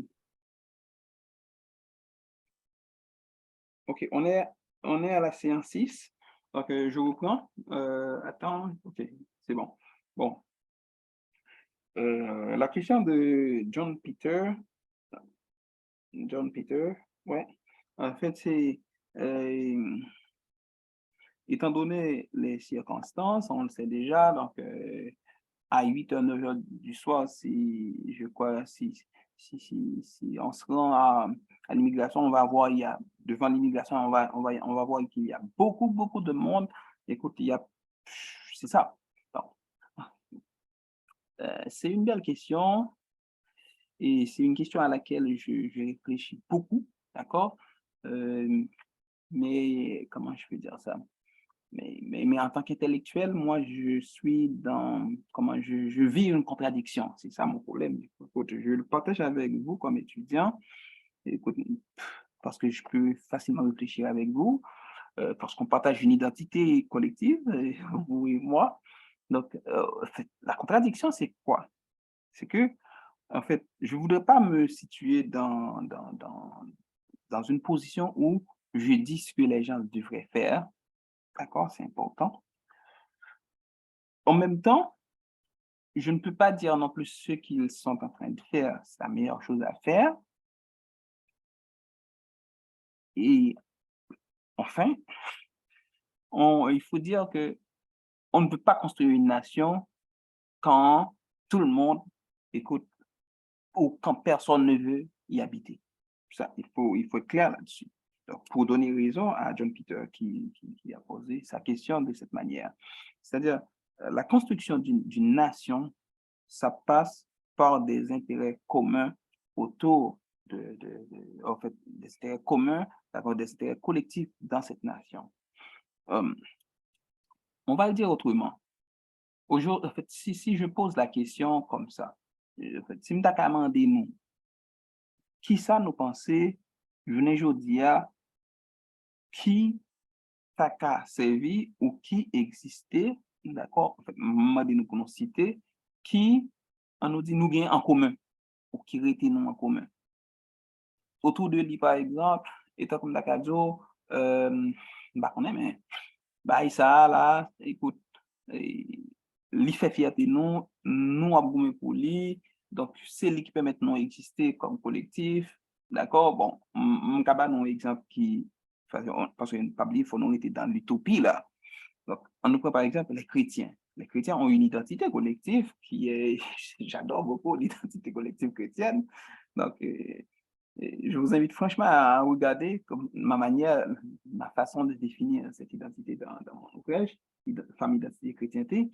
J'ai défini la chrétienté à ma manière. Donc, c'est comment, écoute, un groupe de personnes arrive à construire l'idée qu'il y a un Dieu. On est d'accord, c'est difficile à prouver. Là encore, en fait, on va dire, OK, et si Dieu existait, que ce Dieu a un fils. Bon, là encore, écoute, entre nous, certains pensent que Jésus avait une mère, certains ne pensent pas s'il est Dieu, il n'a pas de mère. OK? Et ce Jésus, par exemple, il est venu, il est mort. En dépit de tout, on dit, mais non, même s'il est mort, c'est quand même un Dieu aussi. Il est monté aux cieux. Donc, écoute, et on est passé à tout ça, on est passé à ça de toute confession confondue, et on accepte qu'on a une identité en commun, l'identité en fait chrétienne, c'est-à-dire on a une manière de vivre, on espère, on a une espérance, et l'espérance est commune, par exemple, c'est par exemple d'aller aux cieux ensemble, d'accord? C'est une magnifique utopie. Donc, et on se projette. Écoute, il y a même il y a même certaines personnes, d'accord, qui disent, mon cher, les lapins dans le ciel, là, la pointe telle, d'accord, c'est magnifique, d'accord. Bon. Mais dans toutes ces contradictions, en fait, l'identité chrétienne, ça existe, d'accord? On se voit comme chrétien. Donc, malgré souffrance sous la terre, malgré ne pas qu'à manger, donc, nous étions chrétiens, donc, et parce que nous, ouais, on joue, bagaille mieux. cette espérance. D'accord? Bon, toutes les religions proposent des espérances. Donc, si on prend la nation américaine maintenant, bon, dans la nation américaine, ce qui faisait tout, en fait, c'est à partir des utopies qu'on a construit aussi la nation américaine. D'accord? Ne serait-ce que, par exemple, le bateau Mayflower, par exemple, sur lequel on a fait cette déclaration. Et après, en fait, on a commencé à construire des mythes, d'accord? En fait, des dents qui tombent, euh, euh, d'accord, qui tombent du ciel. Écoute, in God we trust, d'accord, en Dieu nous croyons. Si on croit en Dieu, écoute, on a peur de personne, on peut avancer. La construction de cette God nation, par exemple, c'est toutes ces utopies. Donc, écoute, il y a le rêve américain, d'accord, le rêve, d'accord, c'est-à-dire l'American Dream, c'est tout, écoute, c'est ce qui a propulsé en fait, cette nation, d'accord.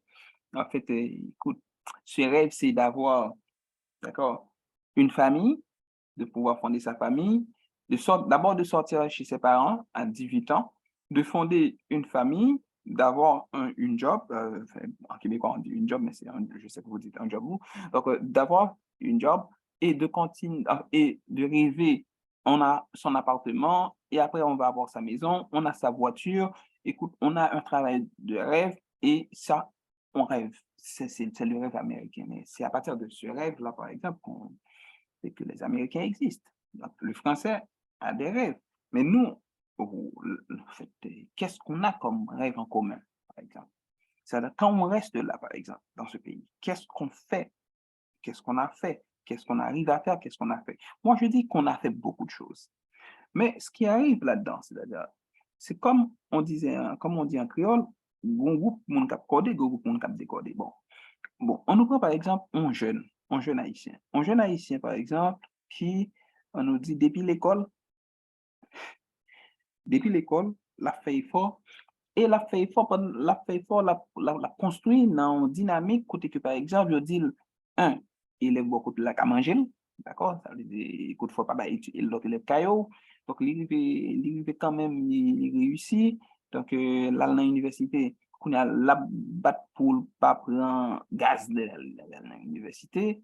Donc, l'elle finit, les cas, pourquoi pas toujours penser construire une clinique, comme on est en psychologie, par exemple, ou construire un cabinet de consultation psychologique, ou construire, je ne sais pas, en fait, d'autres, on peut construire d'autres affaires ensemble, comme groupe.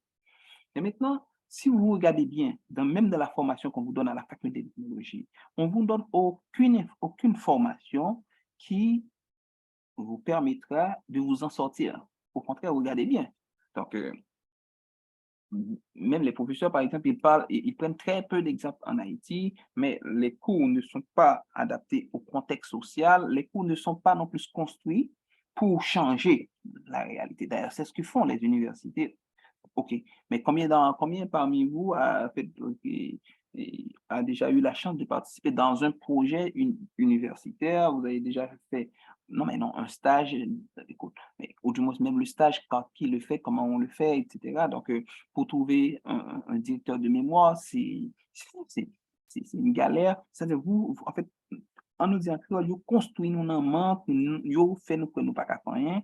Et université qui l'a, par exemple, pour aider les gens, en fait, parce que moi, je dis souvent, en fait, dans la socialisation à deux étapes, jusqu'à trois socialisations.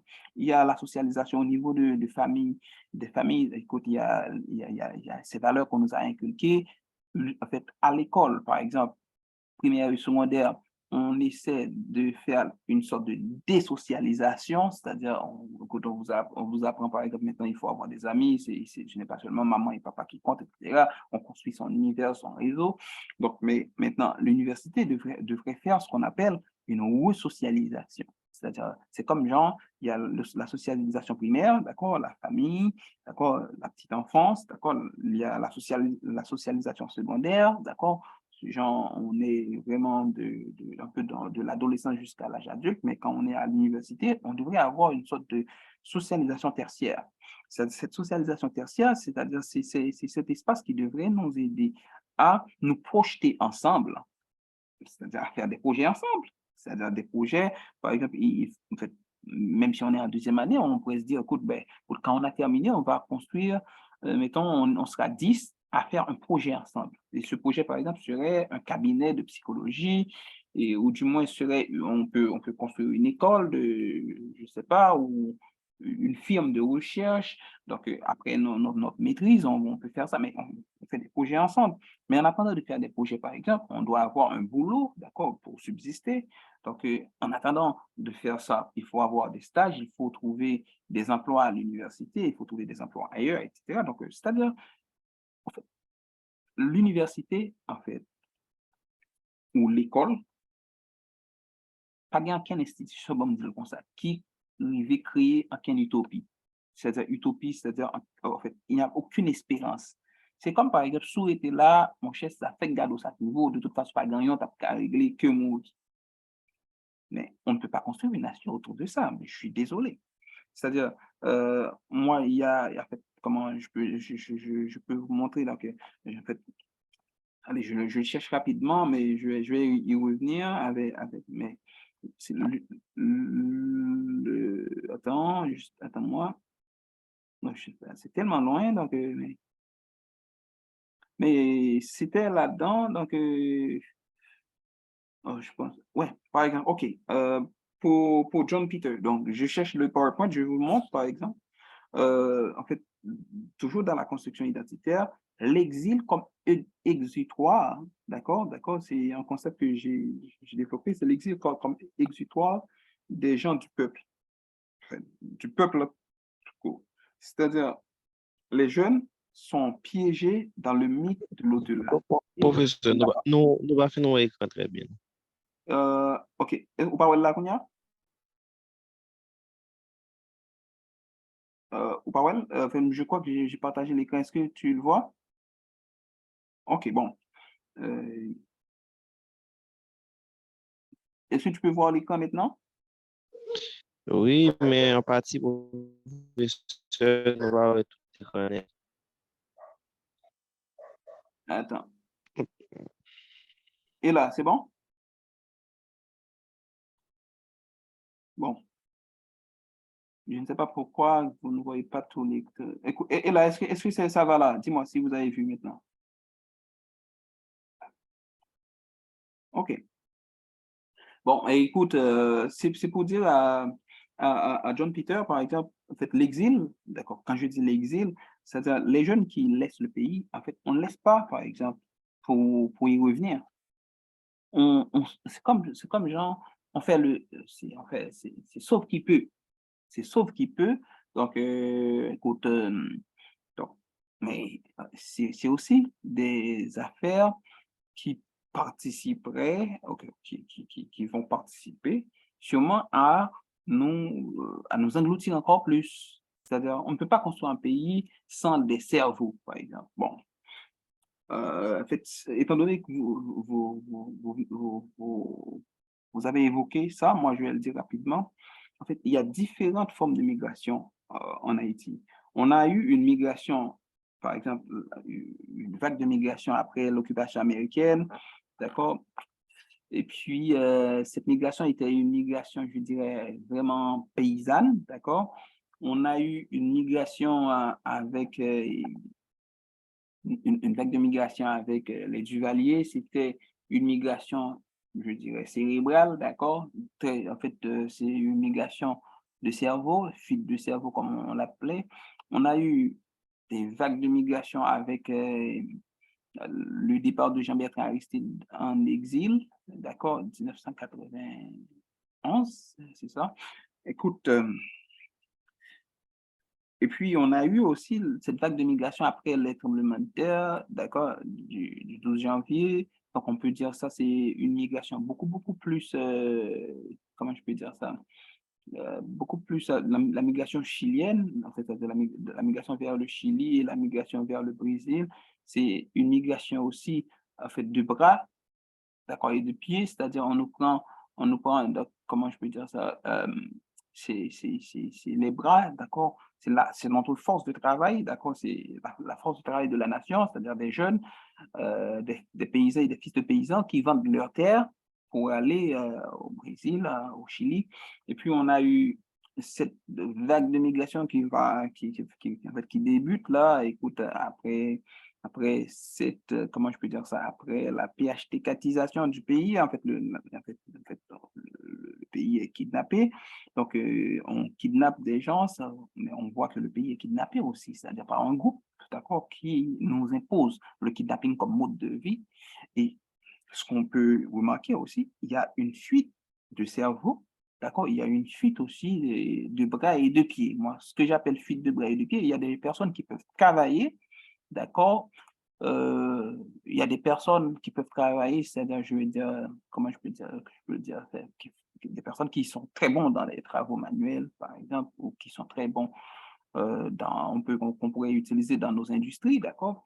En fait, qui sont partis. Et puis, il y a aussi des personnes aussi qui sont parties, je dirais, les cerveaux, l'élite, genre intellectuelle, là, si on peut l'appeler comme ça, c'est-à-dire des personnes qui ont passé le bac universitaire, ce qu'on appelle 4 ans d'études ou de licence, et après qui ont fait une maîtrise, qui ont fait des doctorats et qui laissent le pays. Moi, je connais un paquet de gens comme ça. Donc, mais est-ce qu'on peut développer un pays? Parce que même avant 2010, il y avait une recherche qui prouvait que près de 85% des ressources du pays étaient à l'étranger. Et quand on parlait de 85% des ressources intellectuelles du pays sont à l'étranger, là, on parlait aussi vraiment de la sève brute de la nation. Quand je parle de la sève brute, c'est-à-dire pour changer un pays, pour penser le développement, pour penser le progrès dans un pays, on ne peut pas le penser sans les intellectuels du pays. Et quelqu'un d'autre ne peut pas le penser pour le pays. Donc, mais nos intellectuels sont ailleurs. Bon, en fait, ceux qui restent très peu, le très peu qui restent en Haïti, donc, soit parce qu'ils n'ont pas encore, l'opportunité de lycée, ou soit parce ils font de la résistance, et c'est correct, c'est bien. Mais on écoute ce qui s'est passé avec le kidnapping du professeur Buteau. Écoute, ça veut dire quoi? On est arrivé à ça, c'est-à-dire, c'est grave. Donc, c'est comme, genre, on essaie de décourager ceux qui veulent rester malgré tout dans le pays. Donc, je pense qu'on va rester là aujourd'hui et puis on va reprendre une prochaine fois. Donc, parce que je ne vais pas vous retenir trop. Mais entre-temps, je ne sais pas si vous avez des questions. Donc, c'est le temps des questions et puis on va arrêter vraiment à 10 heures pile ou avant 10 heures.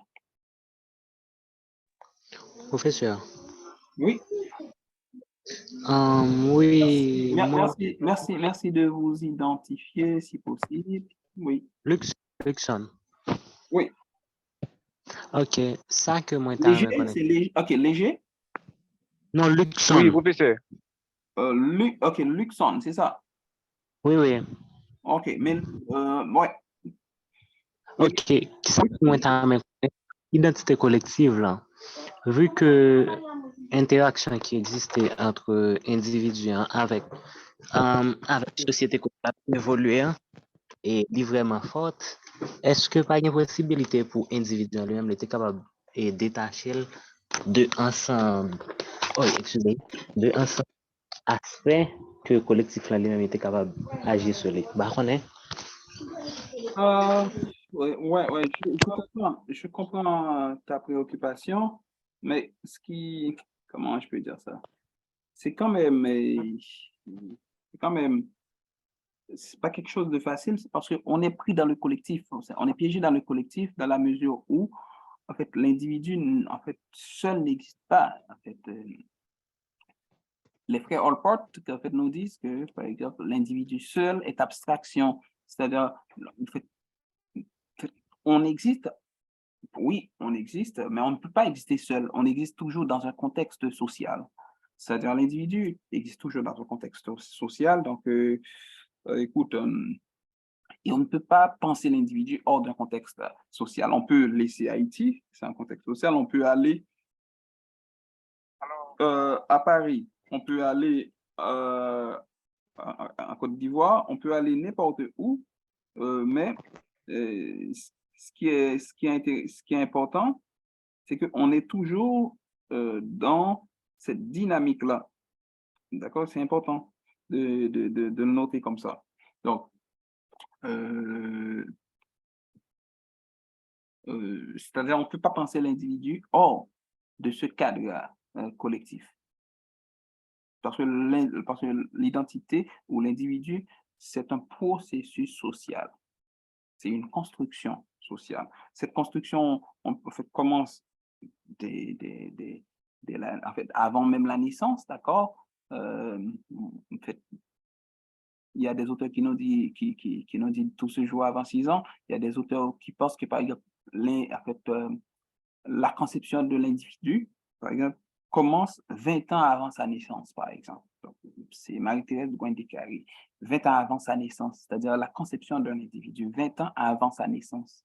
Donc, pour vous dire que, écoute, et 20 ans avant sa naissance, cela suppose que, par exemple, la personne, en fait, que ta maman a rencontré, la personne que ton père a rencontré, et toutes ces connexions que tu n'étais même pas au courant, d'accord? Tu n'étais pas censé être au courant d'ailleurs. En fait, tout cela participe dans ce que tu es maintenant, d'accord? Écoute, si ta maman avait un visa américain, canadien ou un visa, je ne sais pas, sénégalais, sûrement tu serais né là-bas. Ou si ta maman était commerçante et écoute, elle voyageait beaucoup, sûrement tu serais né en avion, tu vois? Donc, si ta maman est paysanne, c'est normal que tu sois né là où tu es né. Écoute, mais il y a des fortes possibilités aussi que ta maman était paysanne et que tu es né en ville, je ne sais pas, mais en fait, il y a des conditions préalables à ton existence, c'est-à-dire des conditions sociales qui déterminent ce que tu es, et tu es pris dans cette, moi j'appelle, c'est pas moi, c'est Elias, Norbert Elias, dit qu'on est pris dans ce filet. Et ce filet, par exemple, c'est l'identité collective. On ne peut pas se défaire du filet, d'accord? Le fil ne se peut pas se défaire du filet, d'accord? Le fil participe au filet, d'accord? Et le filet, d'accord, aussi existe parce que le fil existe. Donc, vous voyez, c'est cette imbrication entre l'identité collective et l'identité individuelle qu'il faut comprendre. C'est-à-dire, l'individuel produit le collectif, ou le collectif produit l'individuel. Donc, cela se fait dans un mouvement récursif, d'accord, et de manière continue en plus. Donc, autant que l'individuel produit le collectif, c'est-à-dire comme individu, tu participes dans ce qu'on est, dans la construction de ton groupe. Ta famille, tu influences ta famille, quand je dis ta famille, peut-être que tu as une femme ou des enfants, mais peut-être que tu es dans une famille dans le contexte haïtien. Donc, tu influences ta famille, tu conseilles ta mère, mais aussi le conseil que tu donnes à ta mère aussi, c'est parce que tu as reçu cette éducation de ta mère, d'accord? Et ta mère, quand je dis ta mère, je pourrais dire de ta famille, donc c'est ta mère. Même si c'est un individu, c'est le résultat d'un processus collectif et tu es dans ce contexte-là. Donc, on te compare avec un autre frère, toi, tu es gentil, ton autre frère, ah, monsieur bandit, même il dit, monsieur pas rentré, etc. Il y a tout un discours qui organise, qui participe parce que tu sois Herville, Jean-Luc Henson, ou Jean-Luc Son, pardon. Donc, c'est ça. Donc, il y a Simon qui a Professeur, il y a Simon qui a levé la main. C'est Simon, attends. oui, allô, professeur? Oui, Simon. C'est Simon? Oui, oui, c'est Simon. Simon Renelson. Oui, Simon. Oui, professeur, et question pas maintenant, liée exactement liée avec question camarade se posée, hein. Oui, Et mais qu'on est dans l'identité individuel. individuelle là et collectif là, donc et identité collectif là, est-ce que c'est ensemble identité individuelle qui formule ou bien est-ce que c'est bon qui forme identité collective eux-mêmes, ils dépouillent eux pour être capable de former, c'est ce qu'on appelle l'identité collective. Ils dépouillent eux de l'identité individuelle là. Ou bien c'est ensemble qui bat identité collective là. Ensemble individuel qui bat identité collective là. Et puis pour me parler de trop, l'autre question, Non, mais on n'a pas c'est compris. non même pas faire trop temps sur Non, ligne là puisque me connais que là. mais sous Donc, permettre de répondre aux questions, après on repose des questions, l'étape aidez-moi. D'accord? d'accord. On va retourner après. Da- Oui. Donc, D'accord. Bon. oui, Simon, pour questionner Simon, écoute, ça pour comprendre, c'est que là, nous parlons d'identité individuelle, nous parlons d'identité collective, mettez dans tête tout, nous parlons de yon, ça nous dit en créole, étant donné que nous posons une question en créole, nous répondons en créole, ça nous t'a carrelé en créole, 50 centimes à dégoudin. Bon, les nous en haïtien comme ça, nous fait dit que par exemple, en fait, sous prend on 50 centimes, ou bien on dégoudin, par exemple, sous on dégoudin haïtien, ou regardez par exemple, il y a on face, tonton, on face palmis. Tonton palmis. Bon, ce qu'on appelle en français pile ou face. Donc, tonton palmis. Ça veut dire, mais, dites tout, c'est, écoute, c'est on dégoudin. D'accord, mais qui gagne deux faces. Ça veut dire qui ça? Ça veut dire, c'est pour nous dire que, en fait, pas de bail qui était l'identité individuelle en côté pour col, et qu'on bail que l'identité collective en côté pour col, et puis toute identité collective est comme d'accord, il y a mis ensemble. En fait, au cas qui me répond, oui, toute identité collective, elle met ensemble, une identité, donc toute identité individuelle plutôt, elle met ensemble une identité collective. Non, c'est pas comme ça. En fait, plutôt, mais qui j'en sais passer? Au contraire, c'est suppose la question, est-ce que c'est l'identité individuelle qui l'a avant? Si c'est l'identité collective qui l'a avant, personne ne peut pas répondre. C'est dilemme pour la mesure. Mais ça pour essayer de comprendre, c'est que il y a un monde qui a grandi dans la société, d'accord, lui a construit tête li. D'accord, il a construit tête li en opposition avec l'autre monde, mais en même temps, il a construit tête li par rapport à l'autre monde. D'accord, il construit tête li et dans une démarche comme ça, par rapport à ça, il a comme valeur, ça il dit qui bon, ça il dit qui pas bon, ça lui même il comprend qui bon, ça il comprend pas bon, il définit tête li, donc ça veut dire il construit tête li comme monde, ça nous relève la construction de l'identité individuelle en français. Donc, the self-construction of identity, construction d'identité, ça, l'IBAI, ça nous parle, d'accord? Mon nom, droit, par exemple, pour faire choix, pour choisir en mine, pour choisir qui ça le remet, il remet fumé, pas remet fumé, il remet sale, pas remet sale, il remet femme sexy, il remet beau femme, ou bien femme ça, il remet négou, il remet écoute, ou bien il remet l'église, il pas remet l'église, il remet, écoute, un ensemble de choix que vous faites, d'accord? Et ça, par exemple, il y a fonction de sa monde ou de s'entendre, mais en fonction tout de l'expérience personnelle, d'accord? Ça, c'est vous-même. Mais maintenant, nous tout ensemble, par exemple, nous avons interagi, ça veut dire nous avons interaction, parce que on ne peut pas parler d'identité collective sans parler d'interaction sociale. Bon, on peut corriger dans le point, on comprend une question, non? Mais prochaine fois, je pense qu'on a développé plus, parce que moi, j'étais près de 15 slides sur la question d'identité collective. Mais dites tout, par exemple, on a parlé de l'identité collective, on a parlé de yon bagay, d'accord, d'abord, que nous pas gain contrôle. Entendez bien? Et en même temps, nous pas gain contrôle. Même d'abord, pour qui ça me dit nous pas gain contrôle. Nous pas gain contrôle parce que, tout simplement, l'on parle d'identité collective, on a parlé de interaction, d'accord, un groupe monde qui yo même défini tête yo, consciemment ou inconsciemment, une façon. Et façon de définir tête yo, c'est par rapport avec un autre groupe qui existait ou à partir de l'autre groupe qui existait. Et tant comme Dakazou, nous-mêmes haïtiens par exemple, nous dit tête nous par exemple, nous dit nous-mêmes, écoute, nous-mêmes nous pas dans bagaille, on nous dit bon exemple pour comprendre. OK. Garçon en Haïti par exemple, pas mettre jupe. Bon ben comme ça. Nous garçons pas mettre jupe. Et femmes, c'est comme ça. Ou du moins nous comme haïtiens par exemple, haïtiens, on nous dit nous pas manger viande qui pas cuite. C'est-à-dire quel côté par exemple, viande pas cuite, on mange viande. Ça veut dire dans le moment ça par exemple nous définit tête nous comme ça. Nous définit tête nous par exemple nous-mêmes nous pas dans l'esclavage avec monde. Haïtien pas jouer avec monde. D'accord? D'ailleurs, il y a un point que je vais avec nous, c'est qui ça qui fait construction, qui ça qui fait l'identité haïtienne. D'accord? Dans le prochain cours, nous allons réfléchir plus sur lui. C'est-à-dire, un ensemble de bagages qui définit nous.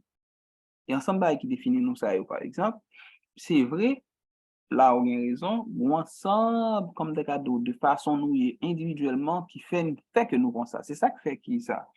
Dans toute société côté qui a pensé comme cadeau avenir nation, un groupe monde y aurait les en fait ça aurait les comme des cadeaux en fait y aurait les de think tank, d'accord? Yo même c'est deux mondes qui a pensé. C'est deux mondes yo même qui a pensé, c'est deux mondes et il a pensé à ça veut dire qui ça? C'est que il a formaté collectif là. Ça veut dire il a construit collectif là que ce soit dans littérature, dans musique, dans ça y a dit dans musique, dans ça y a dit dans littérature, dans ça y a dit dans livre, dans ça y a dit dans poésie. D'accord? Poésie c'est un gros outil dans la construction nation. D'accord? Et dans la façon yo a pensé langue là, dans la façon yo exprimer, dans la façon que yo est tête par rapport à l'autre monde et par rapport avec l'autre nation. Ça veut dire nous construisons tête nous collectif comme ça. Mais en même temps, gagner ça nous relève on rallie Ménéville. Ce qu'on pourrait appeler en français un rapport dialectique entre l'identité individuelle et l'identité collective. Ça veut dire que ça. Si vous avez des individus faibles, et là, on va gagner raison ici, mon Nelson. Si vous avez des individus faibles, on ne pourrait pas avoir une identité collective forte. Non, mais non. Puisque, par exemple, quelque part, l'identité collective, c'est la somme des identités individuelles. En même temps, ce n'est pas la somme c'est plus que la somme des identités individuelles. Cela suppose quoi, par exemple? Quand on prend l'identité collective, il faut voir ça comme un hologramme. Un hologramme, par exemple, on nous prend peut-être 1000 gouttes, par exemple. Il y a plusieurs billets qui ont un hologramme, mais on prend 1000 gouttes. Comme il est écrit dans le soulever le soleil là, on peut, par exemple, un ensemble de couleurs. Ensemble de couleurs, ça, c'est composé hologramme, non. Mais on pas qu'à, ouais, dans l'ensemble de couleurs, ça, on pas qu'à identifier toutes les couleurs dans l'ensemble de couleurs, ça. Mais on connaît bien, par exemple, c'est plusieurs couleurs qui sont hologramme, non. Et mais c'est comme ça qu'on comprend l'identité collective là. C'est la somme quelque part, mais c'est plus que la somme, plus que par exemple, au résultat, là, par exemple, c'est pas 1 plus 1 plus 1 plus 1 qui bat l'identité collective là, mais c'est plutôt ce qu'on a ensemble, chacun, qui se ressemblent, d'accord? En fait, oui, on est unique, mais on a aussi des choses d'accord, en fait, des choses qui sont genre similaires chez nous, d'accord, qui nous identifient. Et c'est à partir de ça, par exemple, où vient gagner, ça nous relève l'identité collective là. Bon, j'espère que je réponds avec question non, mais ce sont belles questions et bien, mais deux questions ça va être posées non. Donc, on apprend l'autre question. Professeur? D'après mes pour une question sur Allô? Telegram, ouais, il faut que les qui sur Telegram, chance sur tout, et léger, ou Professeur? oui, ou font titan moins, n'a pas un monde qui sur Telegram, s'il te plaît. D'accord, professeur. Oui, on met font titan moins, oui, sur Telegram.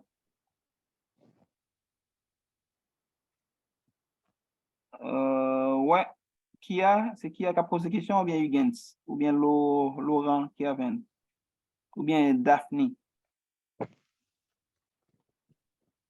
Bon, apparemment, mon Telegram n'a pas de question, donc, oui, on peut poser question là. Bonsoir, professeur. Oui, bonsoir, comment nous y? Spencer Léger. Oui, léger, oui, léger. Oui, professeur, dans on a parlé d'identité collective. Vous avez parlé d'identité collective, bien, il y a un ensemble d'éléments qui rassemblent, qui forment collectif. Ok, mais si nous regardons dans le cas par nous comme haïtiens, oui. Allô? Oui, on met allé. Si nous regardons dans le cas par nous, comme haïtiens, nous avons dit que couleur noire, c'est un élément qui rend nous identiques.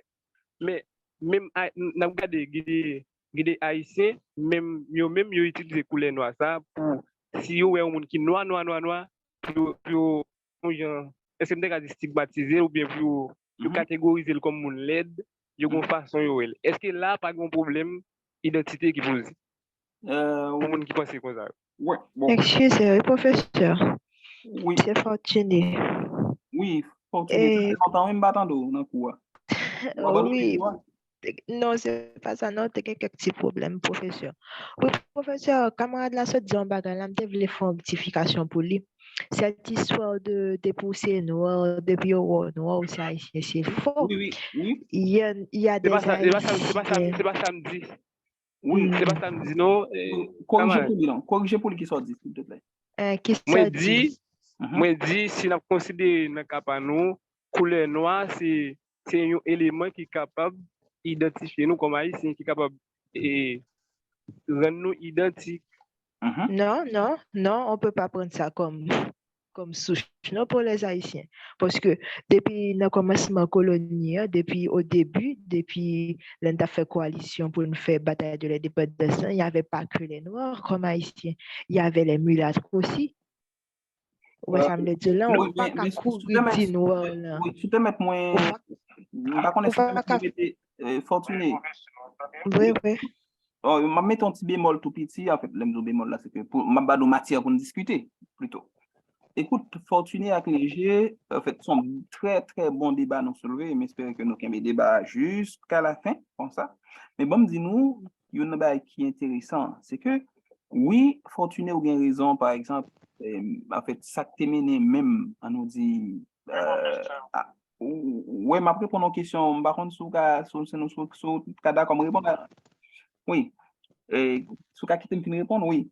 Écoute, Fortuné, oui, ou bien raison, par exemple, sous point côté que vous dit, Oui, je suis et, oui, moun qui te participé dans la bataille d'indépendance, tu gagné affranchi, tu gagné mulat, tu gagné moun noir et tu même gagné blanc, d'accord? Moi-même, et moi, tu gagné blanc, par exemple, les Polonais, d'accord? Et même il y a une communauté polonaise qui comme d'origine polonaise qui existe en Haïti dans Casal, d'accord, nous avons retourné sur ça, oui, d'accord avec complètement. Mais fortuné côté léger gain raison sur c'est le fait que par exemple après indépendance là gagné par exemple on nous dit de loi d'accord sur les mêmes cas. On va essayer de chercher pour vous. En attendant, je vais chercher pour vous là parce que je ne vais pas gagner. Mais, côté que par exemple, yo reconnaître, en fait, yo reconnaître tout haïtien sous dénomination noire. C'est important. Bon, en fait, je vais chercher rapidement pour vous. Je vais regarder moi si je déjeuner. Attends, ok, même, Oui, ok, je viens oui, pour, écoute, c'est Constitution 1805 là, article 14. En fait, je vais le lire pour toi, et c'est lui qui va raison, qui va éléger raison, il dit, toute acception de couleur parmi les enfants d'une seule et même famille, dont le chef de l'État est le père, on parle de Dessalines, devant nécessairement cesser. D'accord? Les Haïtiens ne seront désormais connus sous la dénomination générique de Noirs. C'est-à-dire, en fait, cela suppose quoi? Je vais te le dire. En fait, Noir là, par exemple, les vignes ont un élément identitaire haïtien. En fait, ma prise là-dedans, en fait, tout est, par exemple, ça, voilà, c'est non, tellement, extrait parce que je travaille sous lui, c'est que, en fait, haïtien défini comme noir. C'est pas seul haïtien qui est noir, c'est ça qui est intéressant. Mais haïtien, par exemple, c'est premier, dans le temps moderne, c'est premier pays noir, par exemple, qui est indépendant. Et identité, je dirais, de nègre, ça, de noir, ça, par exemple. Nous avons toujours grandi devant, par exemple, pour nous exprimer en fierté. C'est-à-dire que un haïtien, par exemple, on nous dit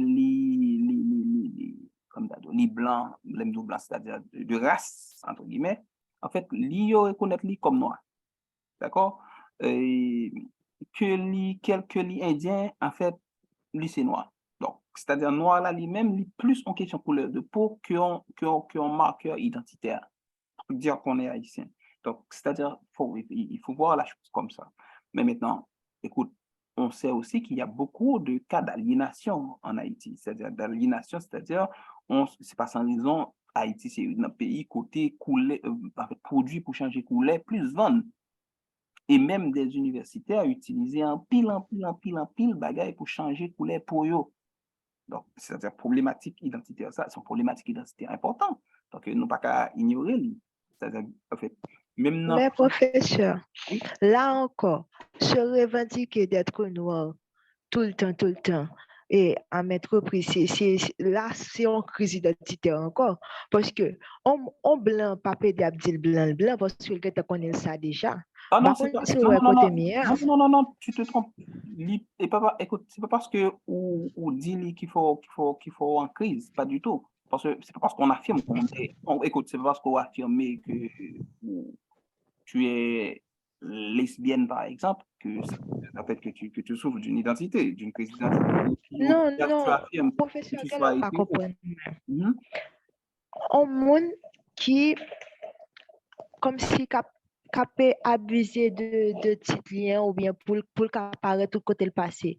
Ouais, ça me dit là, son monde qui à moins n'importe si bagaille ils font revendication, oh parce que je suis noir tu me fais ça parce que je suis noir et toujours mettre noir là devant. Ouais, ça me dit là, Mhm.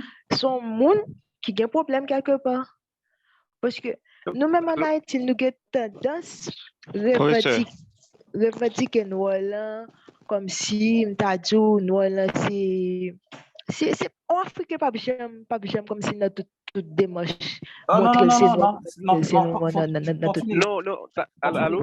Continuez. Professeur, Les Africains, par exemple, les Africains, ils ont tellement revendiqué l'identité, ça, par exemple, identité. Ils ont fait le plus passer, à mon sens. Tellement vrai, par Ah exemple. bon? Tellement vrai, par exemple, en fait, c'est bizarre, mais même là, en fait, même là, il a parlé, ou bien qu'on a l'impression, c'est tant que l'Afrique, c'est un pays. Et ils ont répété, l'Afrique, c'est un pays. Notre pays, l'Afrique. Pourtant, l'Afrique, c'est un gros, écoute, c'est un vaste continent. Donc, moi, ça pour comprendre. Écoute, ça pour comprendre. En fait, premièrement, Fortuné, faut commencer par dire qui est-ce qui revendique l'identité. Monde qui revendique identité, c'est des monde, par exemple, qui est souvent stigmatisé. Ça, c'est la première chose. Et si la personne est stigmatisée, on ne peut pas accuser la personne d'être malade parce que la personne est stigmatisée. Parce que la personne qui vit dans un contexte normal, par exemple, c'est-à-dire dans un contexte, pardon, où l'on reconnaît cette personne à sa juste valeur, la personne n'aura pas à, écoute, comme tu dis là, à revendiquer tout le temps l'identité.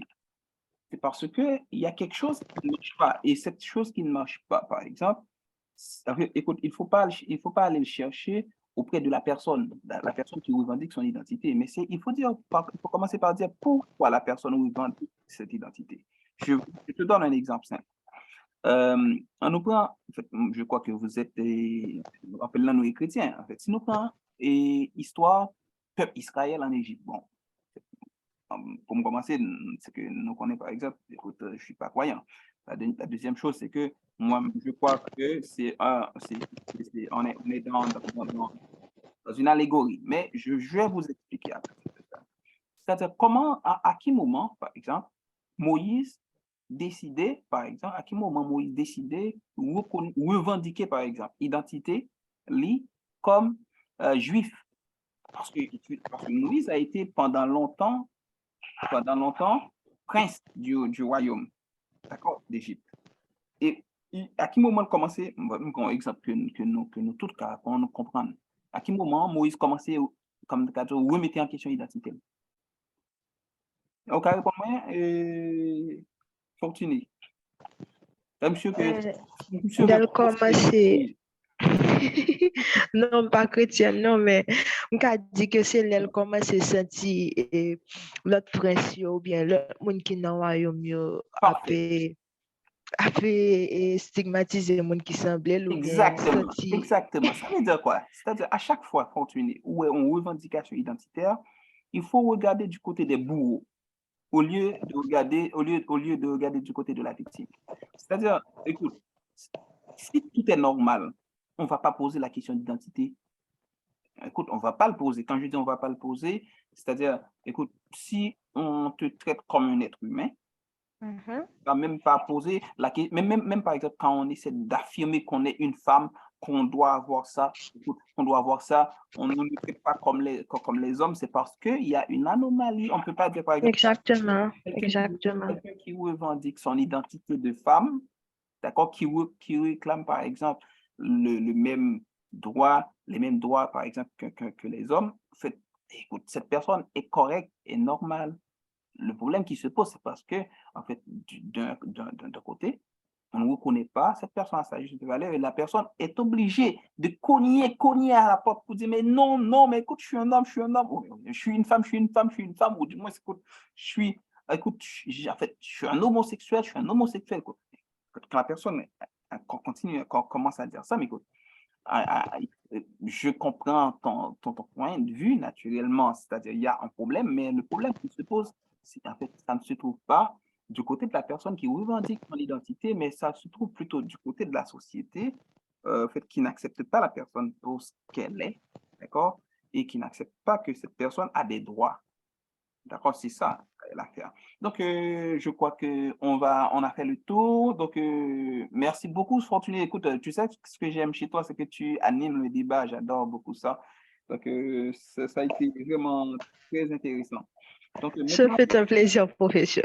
ouais, toujours, j'adore quand tu es là. D'accord, professeur. Et Léger, merci beaucoup pour le point. Donc, en fait, j'espère qu'on va reprendre le débat, toi et Fortuné. Donc, allez vous argumenter beaucoup plus là. Et puis, on va prendre D'accord, professeur. une dernière question sur... Professeur.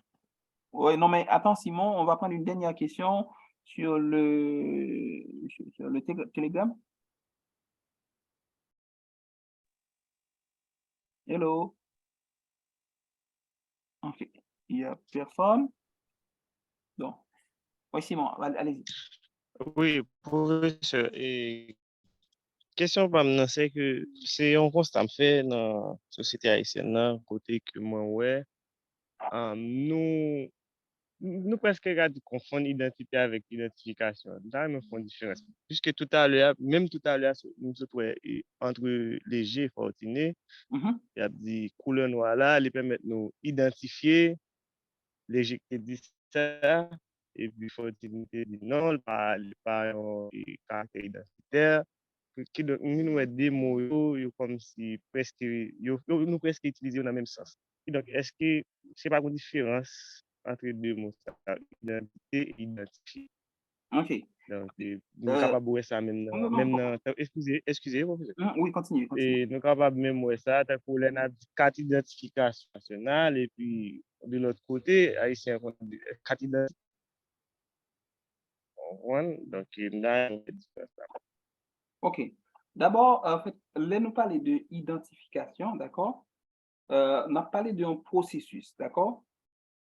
D'accord? Identification, on nous dit c'est action d'identifier ou de s'identifier. L'identification, d'accord, en fait, nous, elle est plus comme un processus, d'accord? C'est-à-dire, mais vous voyez, c'est ça, vous rendez, vous posez une question qui est difficile. En fait, dans la psychanalyse, par exemple, quand on prend, en fait, quand on parle d'identification, on parle surtout d'un processus où la personne, fait, de manière provisoire, écoute, se transforme, d'accord? Ça, c'est un processus de transformation. Donc, mais en fait, quand on parle d'identification dans le contexte de la psychologie sociale, d'accord, on parle de ça, de processus d'identification, en fait, de processus, mais c'est plutôt, comment je peux dire ça? C'est cette action, d'accord, où la personne pose pour dire que, écoute, je suis ça, je ne suis pas ça, d'accord? Et là, tu me demandes de retourner dans ce qu'on a discuté avant, de revenir sur ce qu'on a discuté avant, mais au fait, Haïti, on parle de carte d'identification, d'accord? Mais on parle aussi, on a aussi une carte d'identité. On n'utilise plus, mais moi, par exemple, j'ai eu une carte d'identité, par exemple. En fait, beaucoup de personnes ont eu une carte d'identité jusqu'à, j'étais étudiant à la faculté d'ethnologie, j'avais eu une carte d'identité de la DGI, par exemple. Donc, et- mais maintenant, on parle de carte d'identification. Au fait, en fait, identité, identification, il faut voir dans l'identité, il y a un processus d'identification. C'est-à-dire, on essaie de se définir, d'accord? On essaie de clarifier. Donc, on est dans d'accord, dans l'identification. L'identité, d'accord, c'est ce qu'on est, d'accord, et aussi, on essaie de se définir par rapport à l'autre. Donc, c'est-à-dire, on ne peut pas parler d'identité, pardon, sans l'identification. D'accord? Donc, c'est comme genre, il faut voir l'identification comme un processus et l'identité comme, je dirais, comme la chose en soi. Si tu veux avoir vraiment, si tu tiens à savoir la différence, mais mettons, en fait, il y a quand même une différence. Moi, je vois l'identification comme un processus, d'accord? Un tel fait ça, un tel fait ça, un tel est comme ça, un tel est comme ça, il n'est pas comme ça par rapport à ça, d'accord? On est dans l'identification, d'accord? On essaie d'identifier qu'est-ce qui fait de cette personne et soit comme ça, ou qu'est-ce qui caractérise cette personne et qu'est-ce qui ne caractérise pas cette personne. Et l'identité de la personne, c'est ce qui, d'accord, c'est ce qui le rend, d'accord? L'identité de la personne, c'est ce qui la rend plutôt différente de quelqu'un d'autre. D'accord? Bon, oui, là, écoute, il faut qu'on mette un terme au cours. Donc, c'était la dernière question. Donc, je vous dis au revoir. Et puis, à notre prochain cours, ça va être samedi. Je ne sais pas si c'est correct pour vous, mais ça va être samedi. Et puis, je vais faire en sorte de mettre ce cours sur YouTube pour vous et puis sur aussi Classroom. Donc, comme ça, ceux qui n'étaient pas là ou ceux qui ont envie de revenir sur le cours peuvent revenir peuvent aller ou réécouter le cours. Et puis, n'oubliez pas, donc,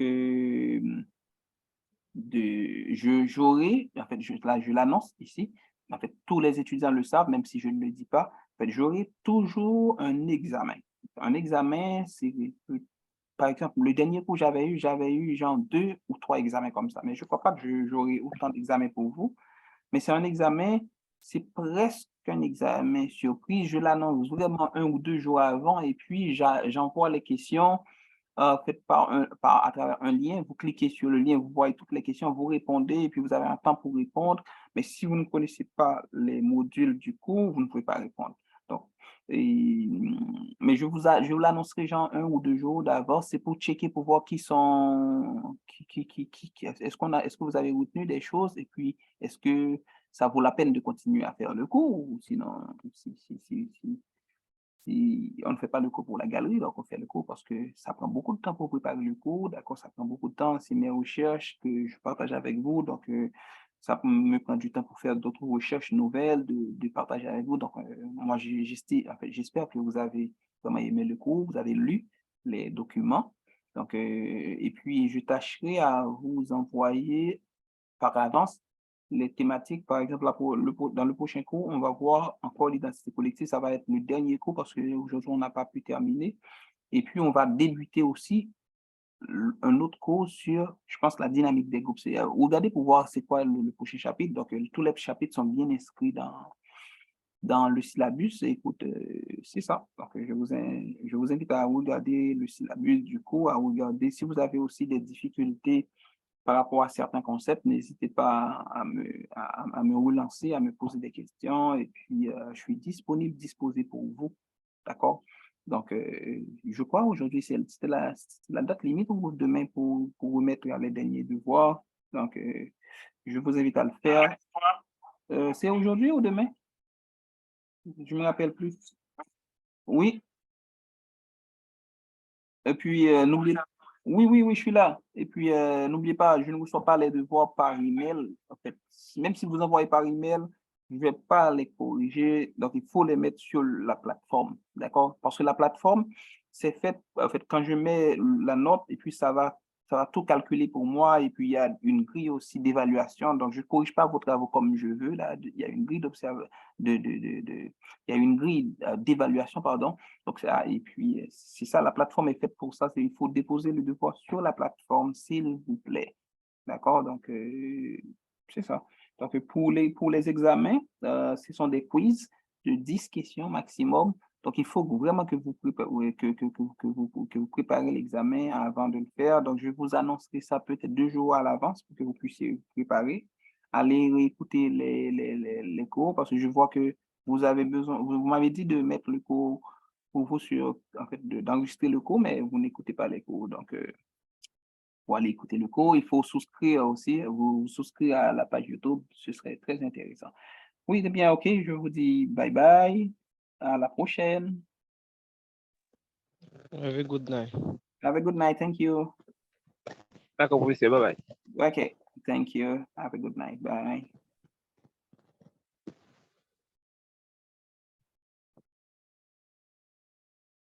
There is, okay, good. And